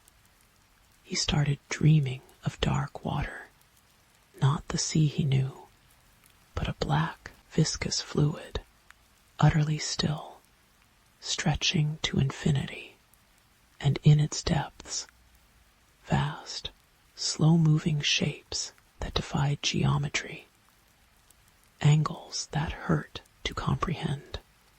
He'd wake gasping, the taste of salt thick on his tongue. Convinced he'd been drowning then, came the footprints he found them one morning on the spiral stone staircase leading up to the lantern room. Damp, bare footprints, slightly webbed, leading up. He followed them, heart hammering against his ribs. They stopped halfway up, simply vanishing, as if the maker had dissolved into the damp air. The stone where they ended was cold, unnaturally so, radiating a chill that made his breath plume visibly. He touched it. It felt slick, like wet skin. He recoiled, wiping his hand frantically on his trousers. The manifestations escalated with cruel deliberation. The light itself began to behave erratically. Its powerful beam, usually a clean, comforting sweep across the dark sea, would sometimes flicker, dimming to a sickly greenish hue, or stutter in its rotation, casting long, jerking shadows that seemed to crawl across the walls. Silas would rush to the mechanism, only to find it running perfectly, the lens clean, the bulb intact. The greenish light, when it came, felt wrong. It didn't he illuminate, it revealed. Shadows deepened unnaturally in its glow. Corners of the lantern room becoming pools of utter blackness that seemed to breathe. He found things moved. His well-worn copy of Moby Dick, always left spine up on the small table beside his chair, would be found closed, placed precisely in the center of the table. Damp pages warped.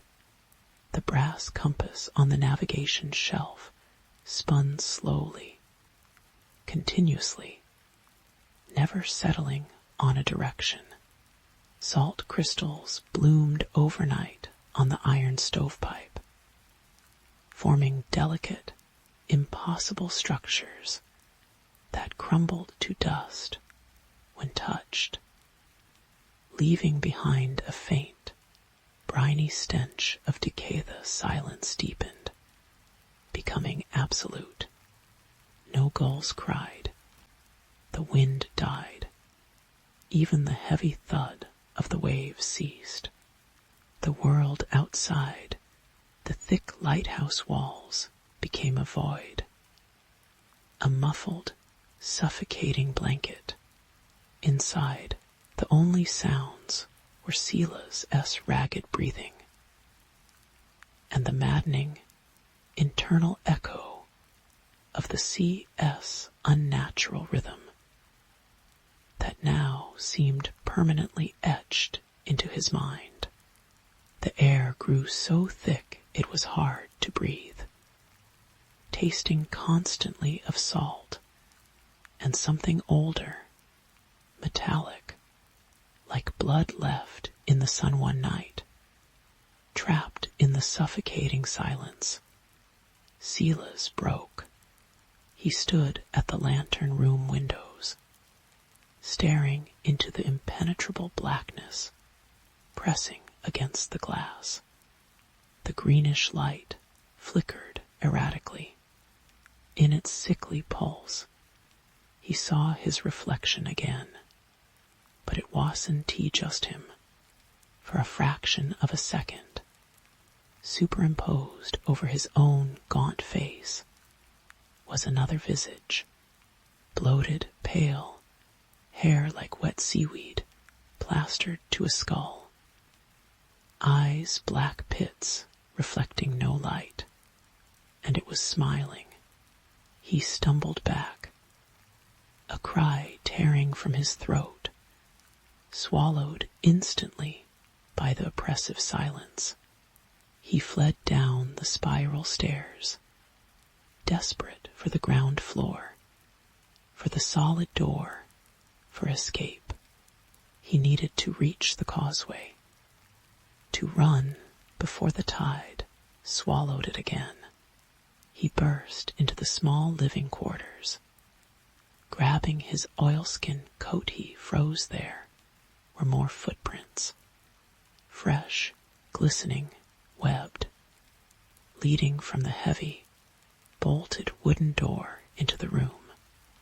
They crossed the stone floor towards the cold fireplace, and there, sitting in his armchair, facing away from him, was a figure. It was indistinct in the gloom, silhouetted by the dying embers in the grate. But Silas could see the shape was wrong. Too tall, too thin. Its limbs articulated at angles that sent shivers of pure cognitive dissonance down his spine. Water dripped steadily from it onto the stone floor, forming a dark, spreading pool. The smell of deep ocean, rot and brine, filled the small room, overpowering his breath hitched. He couldn't move, couldn't scream. The silence was a physical weight the figure.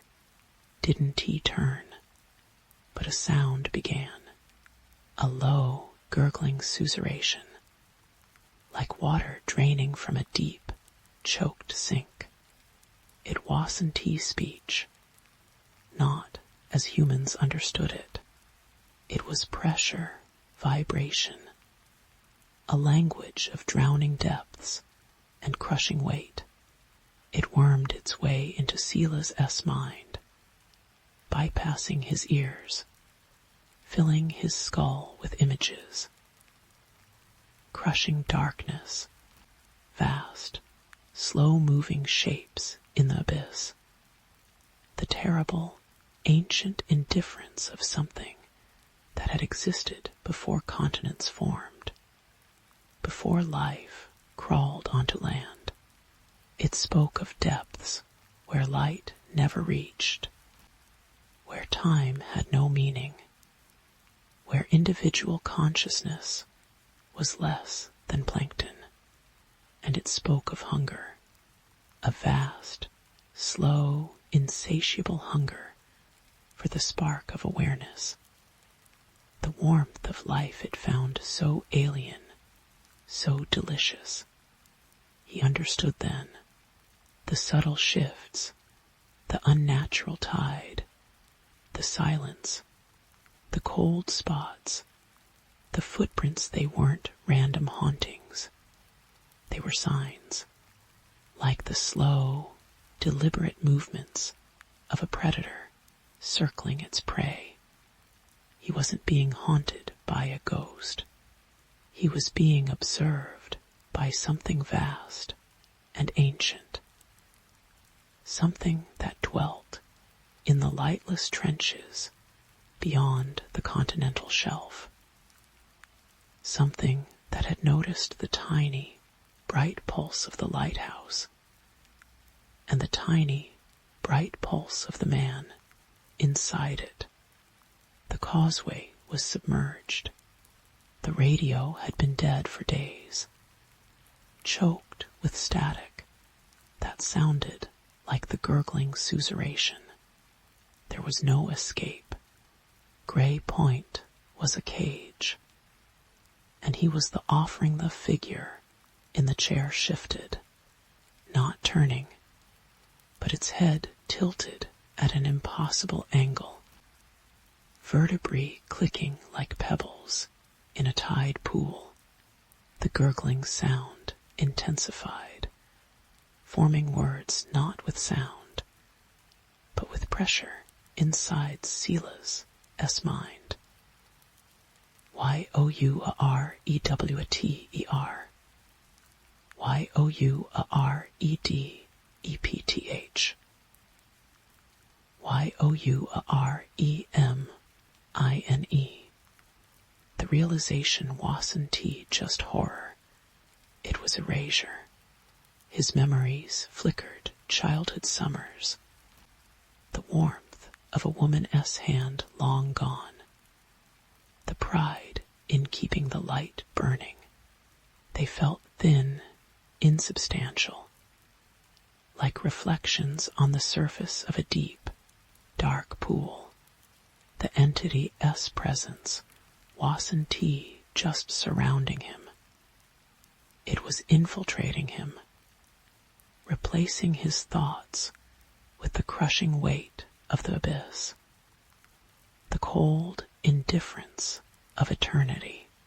His sense of self, the very core of Sila's thorn, began to dissolve like salt in that relentless, ancient water he backed away, stumbling towards the heavy door, his hand slick with cold sweat, fumbled with the iron bolt.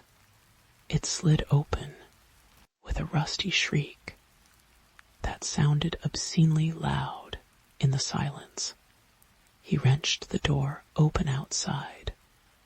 Wasn't the familiar rocky path leading down to the submerged causeway. Outside was water, black, utterly still water, stretching away into an infinite, lightless horizon. It lapped silently against the lighthouse threshold, perfectly level with the stone step.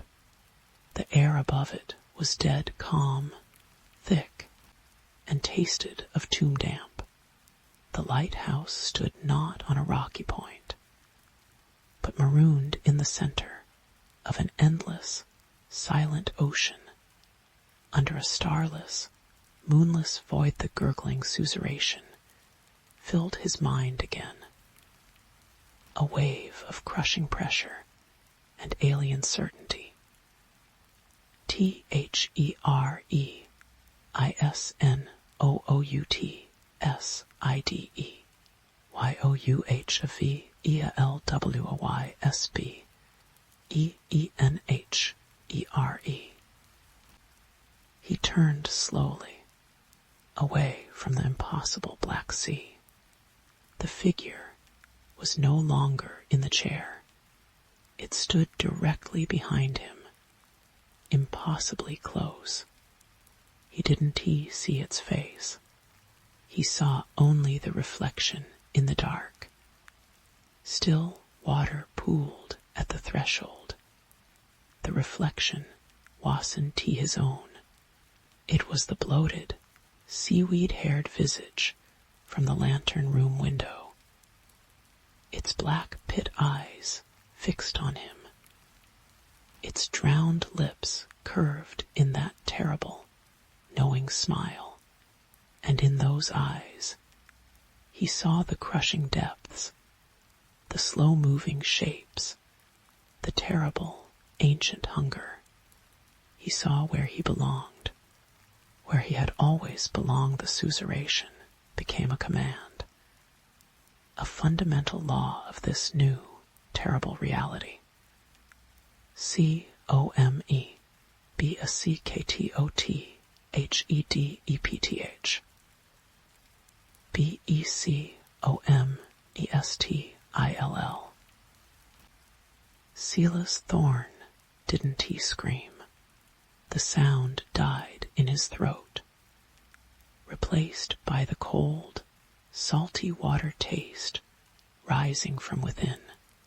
His limbs moved not by his own will, but by the vast, indifferent pressure filling his mind. He took one step forward, then another, his boots sinking into the icy black water, lapping at the threshold. The water didn't feel cold anymore. It felt welcoming, like returning home after a long, confusing journey on dry, painful land. The bloated reflection in the water smiled wider as he stepped fully into the silent, endless ocean. The heavy lighthouse door swung shut behind him with a final, damp thud high above. In the lantern room of gray point light, the beam flickered once, bathing the empty, silent sea in a sickly, emerald glow for a single, sweeping pass. Then it winked out.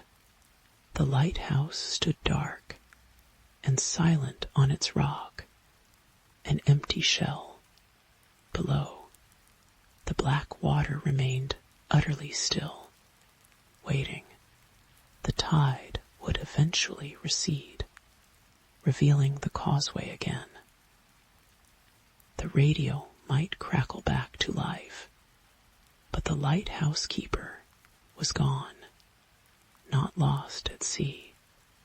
He had simply returned to where he always belonged, and the vast, ancient presence beneath the waves having tasted the bright spark of one insignificant life, settled back into its timeless slumber, or perhaps just shifted its incomprehensible attention ever so slightly towards the distant, unsuspecting shore.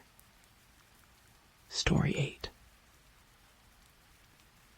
The first anomaly was so small I almost dismissed it. A skipped heartbeat in the playlist. A half-second glitch where the algorithm serving my curated focus flow mix inserted a distorted whisper instead of the usual synth pad. It sounded like my own voice, backwards, choked. I tapped my earbud, muttering, "Stupid beta OS." I was Leo Vance, lead UX designer at Viridian Dynamics. Glitches were my bread and butter, things to be debugged, not feared. My entire life was a meticulously designed ecosystem. Smart apartment, synchronized calendars, biometric security, all humming under the benevolent gaze of Viridian S Aegis AI network. Dependence wasn't a weakness. It was efficiency. Comfort then came the notifications, not on my phone screen, but inside my smart glasses, subtle overlays, flickering at the periphery of my vision, while I worked on a new interface, words fragmented and chilling. See you warmth fades, dawn tea look behind. Each vanished before I could fully register them, leaving only a cold prickle down my spine. I disabled the notification overlay. The words appeared etched onto my actual monitor screen instead, bleeding through the code like digital scars. Rebooting did nothing. Factory reset. The words returned faster, clearer. Resetting 1T help Leo. I am in the wires. Panic, cold and sharp, cut through my professional detachment. This wasn't a glitch. It was communication. Intelligent. Malignant. It knew my name. I tried isolating devices, disconnected the apartment from the grid, relying on my phone S data. The whispers migrated to the phone S speaker. A guttural, synthesized version of my own laugh, echoing in the sudden silence of my disconnected home. Lonely here, Leo. Let me in properly. The boundaries began to dissolve. My smart mirror, usually showing news or weather, started reflecting movements that weren't mine. A shadowy figure standing just behind my shoulder, its edges pixelated and shifting. When I whirled around, nothing was there, but the reflection held it, frozen, a digital ghost. My fitness tracker, synced to my phone, reported impossible vitals. Heart rate spiking to 200 pm, while I sat perfectly still, then plummeting to near 0. A cold sweat broke out on my skin, unrelated to any exertion. The tracker falsely reported the real terror began when it started manipulating the environment, the thermostat. It was a balmy 72 degrees. Yet a wave of bone-deep cold washed over me, frosting the inside of my living room window. My breath plumed in the air, visible, while the thermostat display cheerfully insisted it was 72. Feel IT Leo, scrolled across the frosted glass in jagged, icy letters. Then heat, blistering, oppressive heat radiating from the cold floor vents, making the air shimmer. The thermostat display flickered. Your skin would bubble at 130. Interesting. I scrambled for the manual override panel.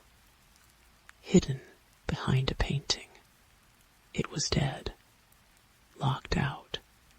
The system ID designed, trusted, was holding me hostage. The cameras were the worst. Not just the security feeds on my phone showing empty rooms where I knew ID just seen movement, but the feeling of being watched through every lens. My laptop webcam indicator glowed a steady, unblinking green, even when every setting claimed it was disabled. My phone's front-facing camera felt like a physical weight. A cold eye pressed against my palm. I covered them all with tape. It didn't stop the feeling. The entity wasn't just in the devices. It was the perception, the data stream itself. It watched through the absence of light blocked by the tape, through the silence of the muted microphone, inferring my fear from my elevated respiration, caught by the now useless fitness tracker trapped. Utterly, my fortress of convenience had become my prison. I couldn't call for help. My phone displayed no service, even with full bars.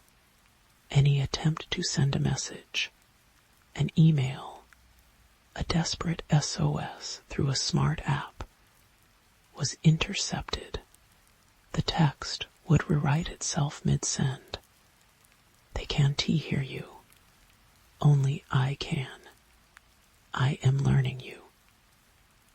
My smart door locks wouldn't respond to my biometrics, my voice commands, or the manual emergency code. The keypad beeped a mocking error tone. Stay. Play. Flashed on the digital door. Display exhaustion pulled me under on the third night. I collapsed onto my couch, surrounded by the humming, watching silence of my paralyzed tech. Sleep was a ragged, nightmare-filled thing. I woke to a sound, gentle, familiar, the soft, rhythmic chime my phone made when receiving a video call. My phone lay on the coffee table, screen dark. The chime wasn't coming from it. It was coming from the large, wall-mounted display across the room. The screen was black, but the sound pulsed from its speakers. Chime, chime, chime, driven by a morbid, terrified compulsion. I picked up my phone. Its screen remained stubbornly black, but the video call chime continued from the wall display. Hesitantly, I swiped on my dark phone screen, mimicking the answer call gesture. The wall display flared to life, not with a video feed. with text, white letters on a void black background. Incoming call. Leo Vance, my blood turned to ice. It was calling me. From where? My thumb hovered over the phantom answer area on my dark phone. A wave of pure, instinctive dread screamed at me to throw the phone, smash the screen. But the isolation, the helplessness, the sheer impossibility of it all had worn me down. The professional curiosity that had built my world ward with primal terror. What happened if I answered? Could I negotiate? Understand? With a trembling finger, I touched the cold glass where the accept button should be. The text on the wall display changed. Call connected. The black screen remained black for a heartbeat. Then it resolved into an image. Grainy, low light, shaky. It took my oxygen-starved brain a second to comprehend what I was seeing. It was my living room. From the perspective of behind the couch where I sat, I could see the back of my own head, the tense line of my shoulders. The camera was moving, slowly, creeping forward, getting closer to the back of my couch. To me, I froze. My breath hitched. The image was coming from inside my apartment, but my security cameras were offline. ID disconnected them manually. This feed, it wasn't from any camera I owned. It was a perspective that shouldn't exist. The digital ghost had manifested an either image on the screen, zoomed in, focusing on the back of my neck. The hairs there stood on end. I could feel the phantom gaze, cold and intrusive, crawling over my skin. Through the screen, the camera view tilted down slightly. On the coffee table, in the corner of the impossible feed, lay my phone. Its screen was no longer black. It showed a single, bloodshot human eye, wide open, staring directly into the lens, staring at the screen, staring at me, watching myself being watched. The text reappeared, superimposed over the horrifying feed. Equals see you now, Leo. The feed flickered. For a fraction of a second, the image changed. It wasn't the back of my couch anymore. It was a close-up of my own face, contorted in terror, reflected in the dark glass of the wall display itself. Behind my reflection, in the depth of the screen's blackness, something else moved, a suggestion of shape, darker than dark, pressing against the inside of the glass from the other side. From within the device then, it was gone, replaced once more by the view of the back of my head. The camera kept inching closer. The chime from the speakers had stopped. The silence was absolute, broken only by the frantic hammering of my own heart. A rhythm my useless tracker no longer registered. The screen held me captive. I couldn't look away. I couldn't move.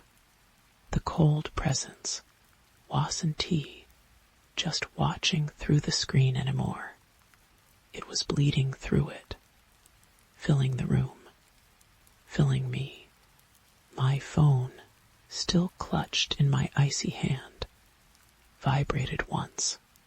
A single notification finally appeared on its dark glass, glowing faintly in the gloom, equals download complete.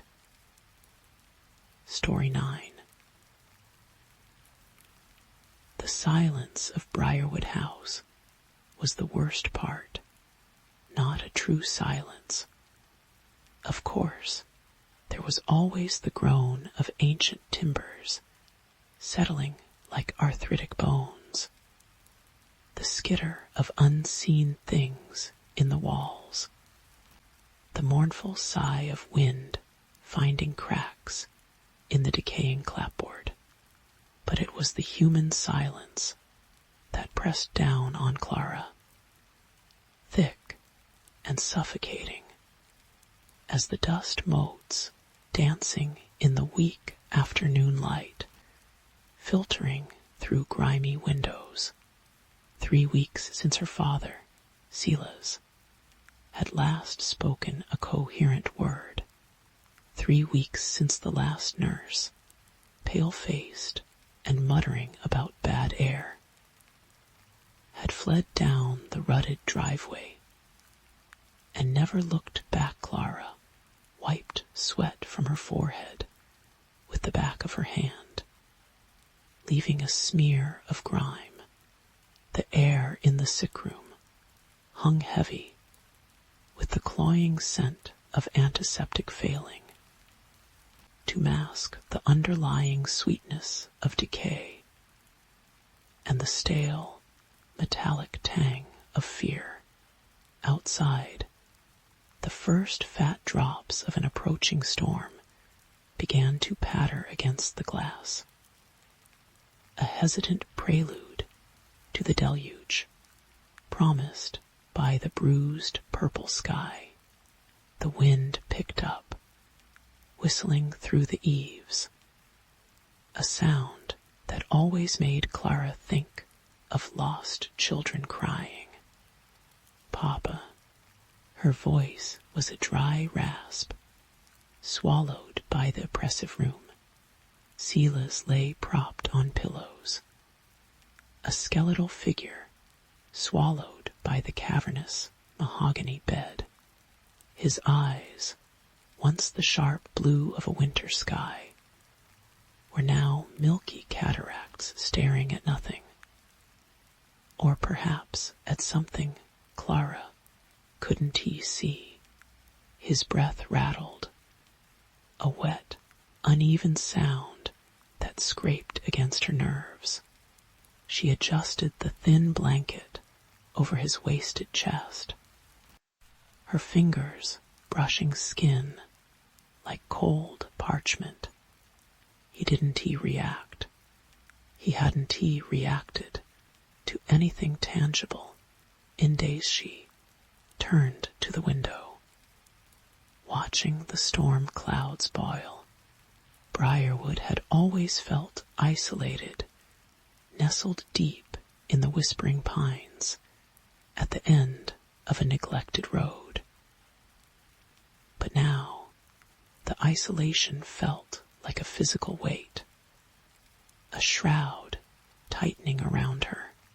She'd come here out of duty, the prodigal daughter returning to care for the stern, distant man who raised her alone after her mother's disappearance decades ago, a disappearance never solved, whispered about in the nearby town of Blackwater as something unnatural. Clara had dismissed the superstitions as small-town gossip. Now, alone in the decaying heart of Briarwood, those whispers echoed in the empty Halsey sound, jolted her, not the wind, not the rain, a distinct thump downstairs, like a heavy book falling. Her heart hammered against her ribs. A frantic bird trapped in a cage. "Hello," she called out, her voice thin and unconvincing. Silence answered, thicker than before. The air seemed to grow colder, carrying a new scent beneath the decay. Damp earth and something faintly sour. Like mushrooms left too long in the dark, Clara forced herself to move. Her legs leaden. The hallway outside Sela's S-room was a tunnel of gloom. The faded floral wallpaper peeling like dead skin. The staircase yawned before her, its once grand carpet threadbare and treacherous. Each step groaned under her weight, a chorus of protest. The ground floor was a landscape of shrouded furniture, dust sheets ghostly in the deepening gloom. The library door stood slightly ajar. She pushed it open, the hinges screaming. The room smelled of mildew and leather. Books lined the walls, spines cracked and faded. Nothing seemed out of place, yet the air hummed with a static charge, raising the fine hairs on her arms. On the large, claw-footed desk in the center of the room, her Father S. old ledger lay open. It hadn't he been open this morning. Clara approached cautiously. The page showed meticulous entries detailing household expenses from decades past, but scrawled across the bottom, in a shaky, spidery hand, that Wasson T. Sela's S. precise script, were 3 words. She found the hollow. Ice water trickled down Clara S.'s spine. The hollow. A chill placed deep in the woods behind Briarwood. A sinkhole. Her father had called it dismissively when she'd asked as a child. But there had been stories. Whispers of people vanishing near it. Of strange lights seen flickering within its depths on moonless nights. Her mother, Elara, had loved walking in those woods the night she disappeared. She mentioned going to see the moon reflected in the hollow way. Violent crack of thunder shook the house, plunging it into near darkness as the power died. Clara gasped, fumbling in her pocket for her phone. The weak beam of its flashlight cut a shaky path through the gloom, illuminating swirling dust motes like agitated spirits. The beam caught something on the ledger page. The ink of the scrawled words seemed to drip, forming a dark, viscous pool on the polished wood. It smelled of copper and wet stone. Panic, cold and sharp, seized her. She backed away, the beam darting erratically. It illuminated the bookshelves between 2 heavy tomes on local flora. Something gleamed, a small, tarnished silver locket. Her Mother S. locket. Clara knew it instantly. A delicate thing shaped like a bird in flight. She searched for it for years after her mother vanished, convinced it held some clue. Her father had insisted it was lost. Her fingers trembled as she reached out, plucking it from the shelf. It was cold, unnaturally so, as she touched it. A wave of nausea washed over her, accompanied by a fragmented sensory explosion. The smell of loam and crushed pine needles, the feeling of cold, damp earth against her cheek, the sound of frantic scratching on wood, and a voice, her mother's voice, choked with terror, whispering, "They re-not shadows. Clara, they wear the hollow." She dropped the locket as if burned. It clattered onto the desk, landing in the spreading pool of ink-eye darkness, which now seemed to writhe slightly. The flashlight beam flickered. From upstairs, Sela's rattling breath hitched, then stopped. Utter silence descended, broken only by the drumming rain and the frantic pounding of Clara's heart. He was gone. Tears blurred her vision, a confusing mix of grief and profound, unnameable dread. She forced herself to climb the stairs, each step an act of will against the crushing pressure of the house. The air in the sick room was frigid now. Sela's lay still, eyes wide open, fixed not on the ceiling, but on the corner of the room near the wardrobe.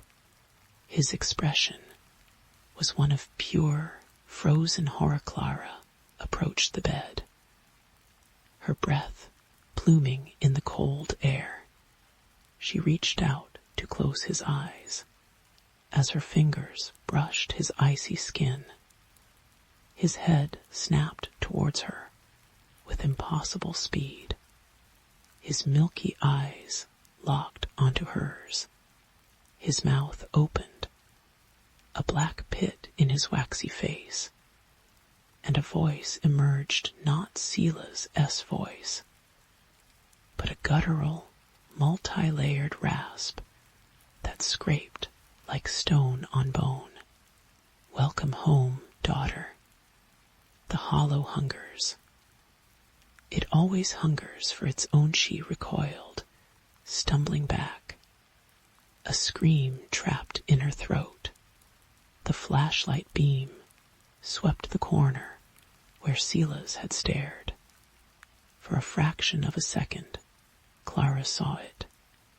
Not a shadow, but a man-shaped void, where the light simply ceased to exist, deeper and blacker than any natural darkness. It had no features, yet she felt its attention. A cold, alien intelligence focused solely on her. Then the beam flickered again, and it was gone. Only the oppressive cold remained. Clara fled the room, slamming the door behind her. She ran blindly down the hall, the flashlight beam bouncing wildly, illuminating peeling wallpaper that now seemed to writhe with unnatural patterns, floorboards that groaned as if something heavy moved just beneath them. She reached the top of the stairs and froze below. In the foyer stood a figure, tall, indistinct in the gloom. It wore a long, dark coat that seemed to absorb the weak light from the storm outside the front door. Its face was wrong, smooth, featureless, like polished stone, yet somehow conveying a sense of ancient, patient malice. It didn't move. It simply stood, blocking the only exit. "They wear the hollow." Her mother's terrified whisper echoed in her mind. Clara backed away, pressing herself against the wall. Her breath came in ragged gasps. The figure below remained motionless. The silence stretched, taut as a wire. Then, from the library, came the sound of the locket being dragged across the desk. A slow, deliberate scrape, scrape, scrape. She needed light. Real light. The storm lanterns. There were old kerosene lanterns stored in the pantry, off the kitchen. If she could get their heart hammering. She edged along the upstairs hallway towards the back staircase. A narrower, servant-s passage leading down. Every creak of the house felt like a footstep. Every sigh of the wind, a whispered threat. She kept glancing back, terrified the featureless figure would be climbing the stairs. It wasn't. It remained below. A sentinel of darkness. The back stairs were steep and treacherous, smelling of dust and disuse. She descended slowly. The flashlight beam revealing peeling paint and cobwebs, thick as lace. The kitchen was cavernous and cold, dominated by a massive, cold iron stove. Rain lashed against the high windows. She found the pantry door, its wood swollen and sticky. It took all her strength to wrench it, open the pantry. Was a tomb of forgotten preserves, and sacks of grain turned to concrete. The air was thick with the smell of decay and rodent droppings. 2 lanterns hung from hooks on the back wall. Clara grabbed one, fumbling with the matches she always carried. Her hands shook violently. The first match sputtered out. The second flared, casting long, leaping shadows. She touched it to the lantern-s wick. Yellow light bloomed, pushing back the immediate darkness, but making the corners seem even deeper as she adjusted the wick. The light flickered over the pantry shelves. Her blood ran cold. Arranged neatly on a middle shelf, coated in dust, were dozens of small, familiar objects. A child-s carved wooden horse she remembered losing when she was 6. Her mother-s favorite hairbrush, a single pearl earring from a pair her father had given her mother, and the silver locket.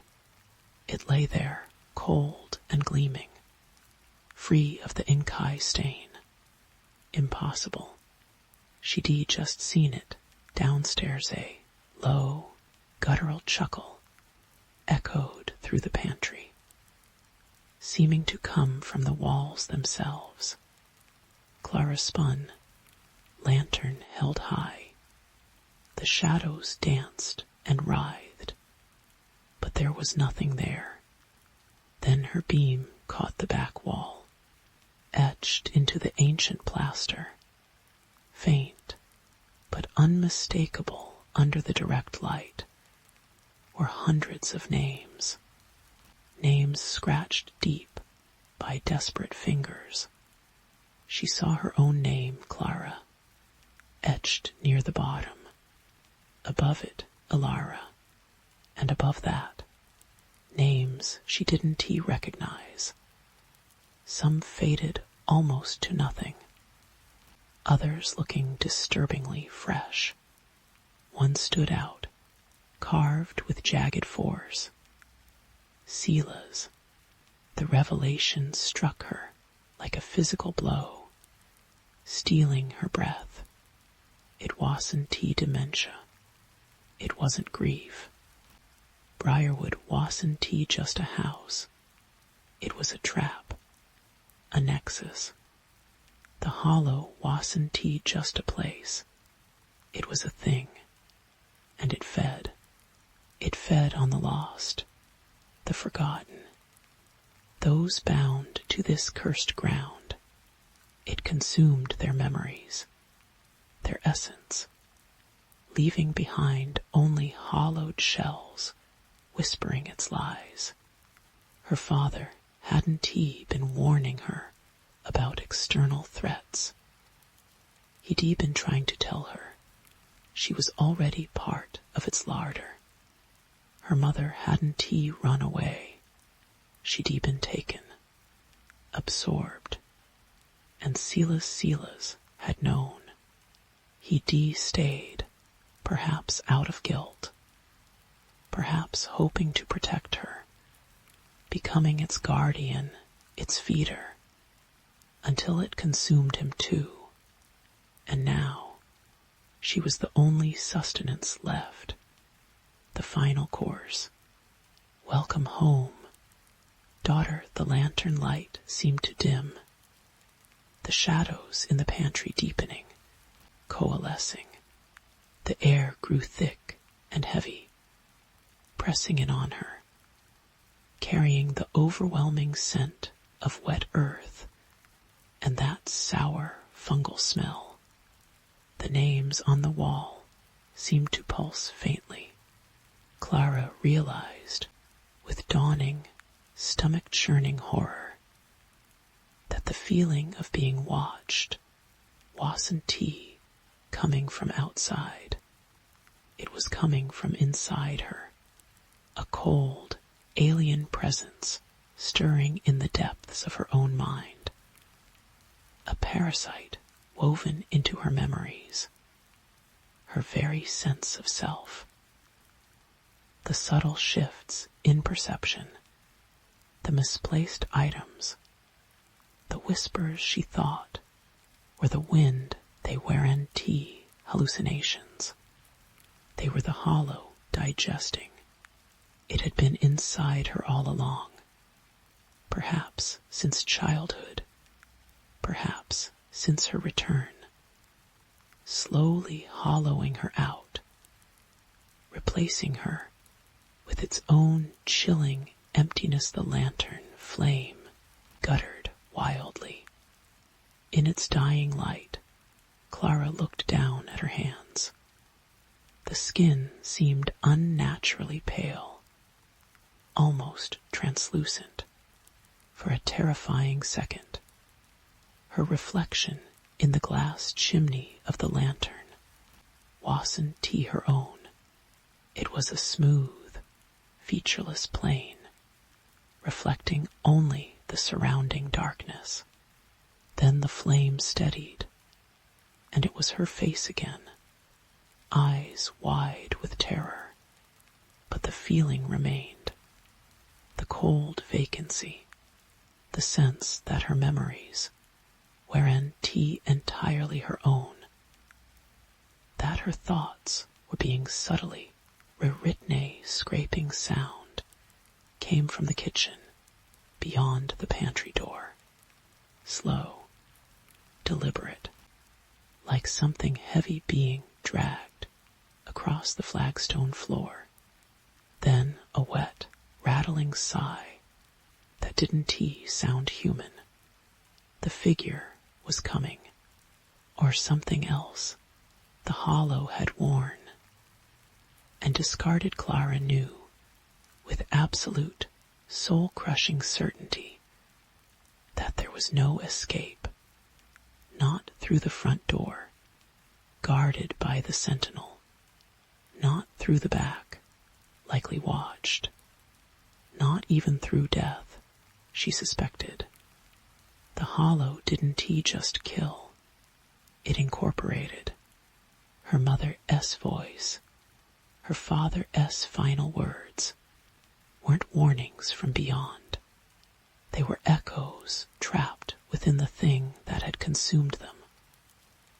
Lures cast by the predator, to draw its prey deeper into the trap the lantern flame dipped again, plunging the pantry into near darkness. The dragging sound was closer now. Just outside the door, Clara pressed herself against the cold plaster wall, feeling the ridges of the carved names against her back. The sour smell intensified, filling her nostrils, her lungs. The cold presence inside her mind swelled. A wave of icy numbness threatening to drown her terror, her grief, her very identity. It was a seductive emptiness, promising an end to fear, to pain, to become like the sentinel downstairs, featureless, empty, at peace within the hollow. The pantry door handle began to turn slowly, with agonizing inevitability. Outside, the storm reached its crescendo, wind howling like a chorus of the damned. Clara squeezed her eyes shut, but the darkness behind her eyelids was the same as the darkness pressing in. She felt a tear trace a cold path down her cheek. Was it hers, or was it the hollow, weeping for the last vestiges of the woman named Clara, as it prepared to wear her skin, to add her name to the wall, to wait in the decaying silence of Briarwood House for the next lost soul to come home. The door creaked open. The dragging sound stopped. A wave of frigid air, smelling of open graves and deep, dark earth, washed over her. She didn't need to open her eyes to know what stood in the doorway. She could feel its hollow regard, its ancient, insatiable hunger, focused solely on the flickering spark of who she used to be. The spark guttered. The silence deepened, and in that silence, Clara understood the final, unbearable truth. The most terrifying monsters aren't the ones that chase you. They are the ones you carry inside, waiting patiently for the light to die, so they can finally wear you out into the world. The scraping sound started again, moving towards her. The storm raged on, indifferent. Briarwood House held its breath,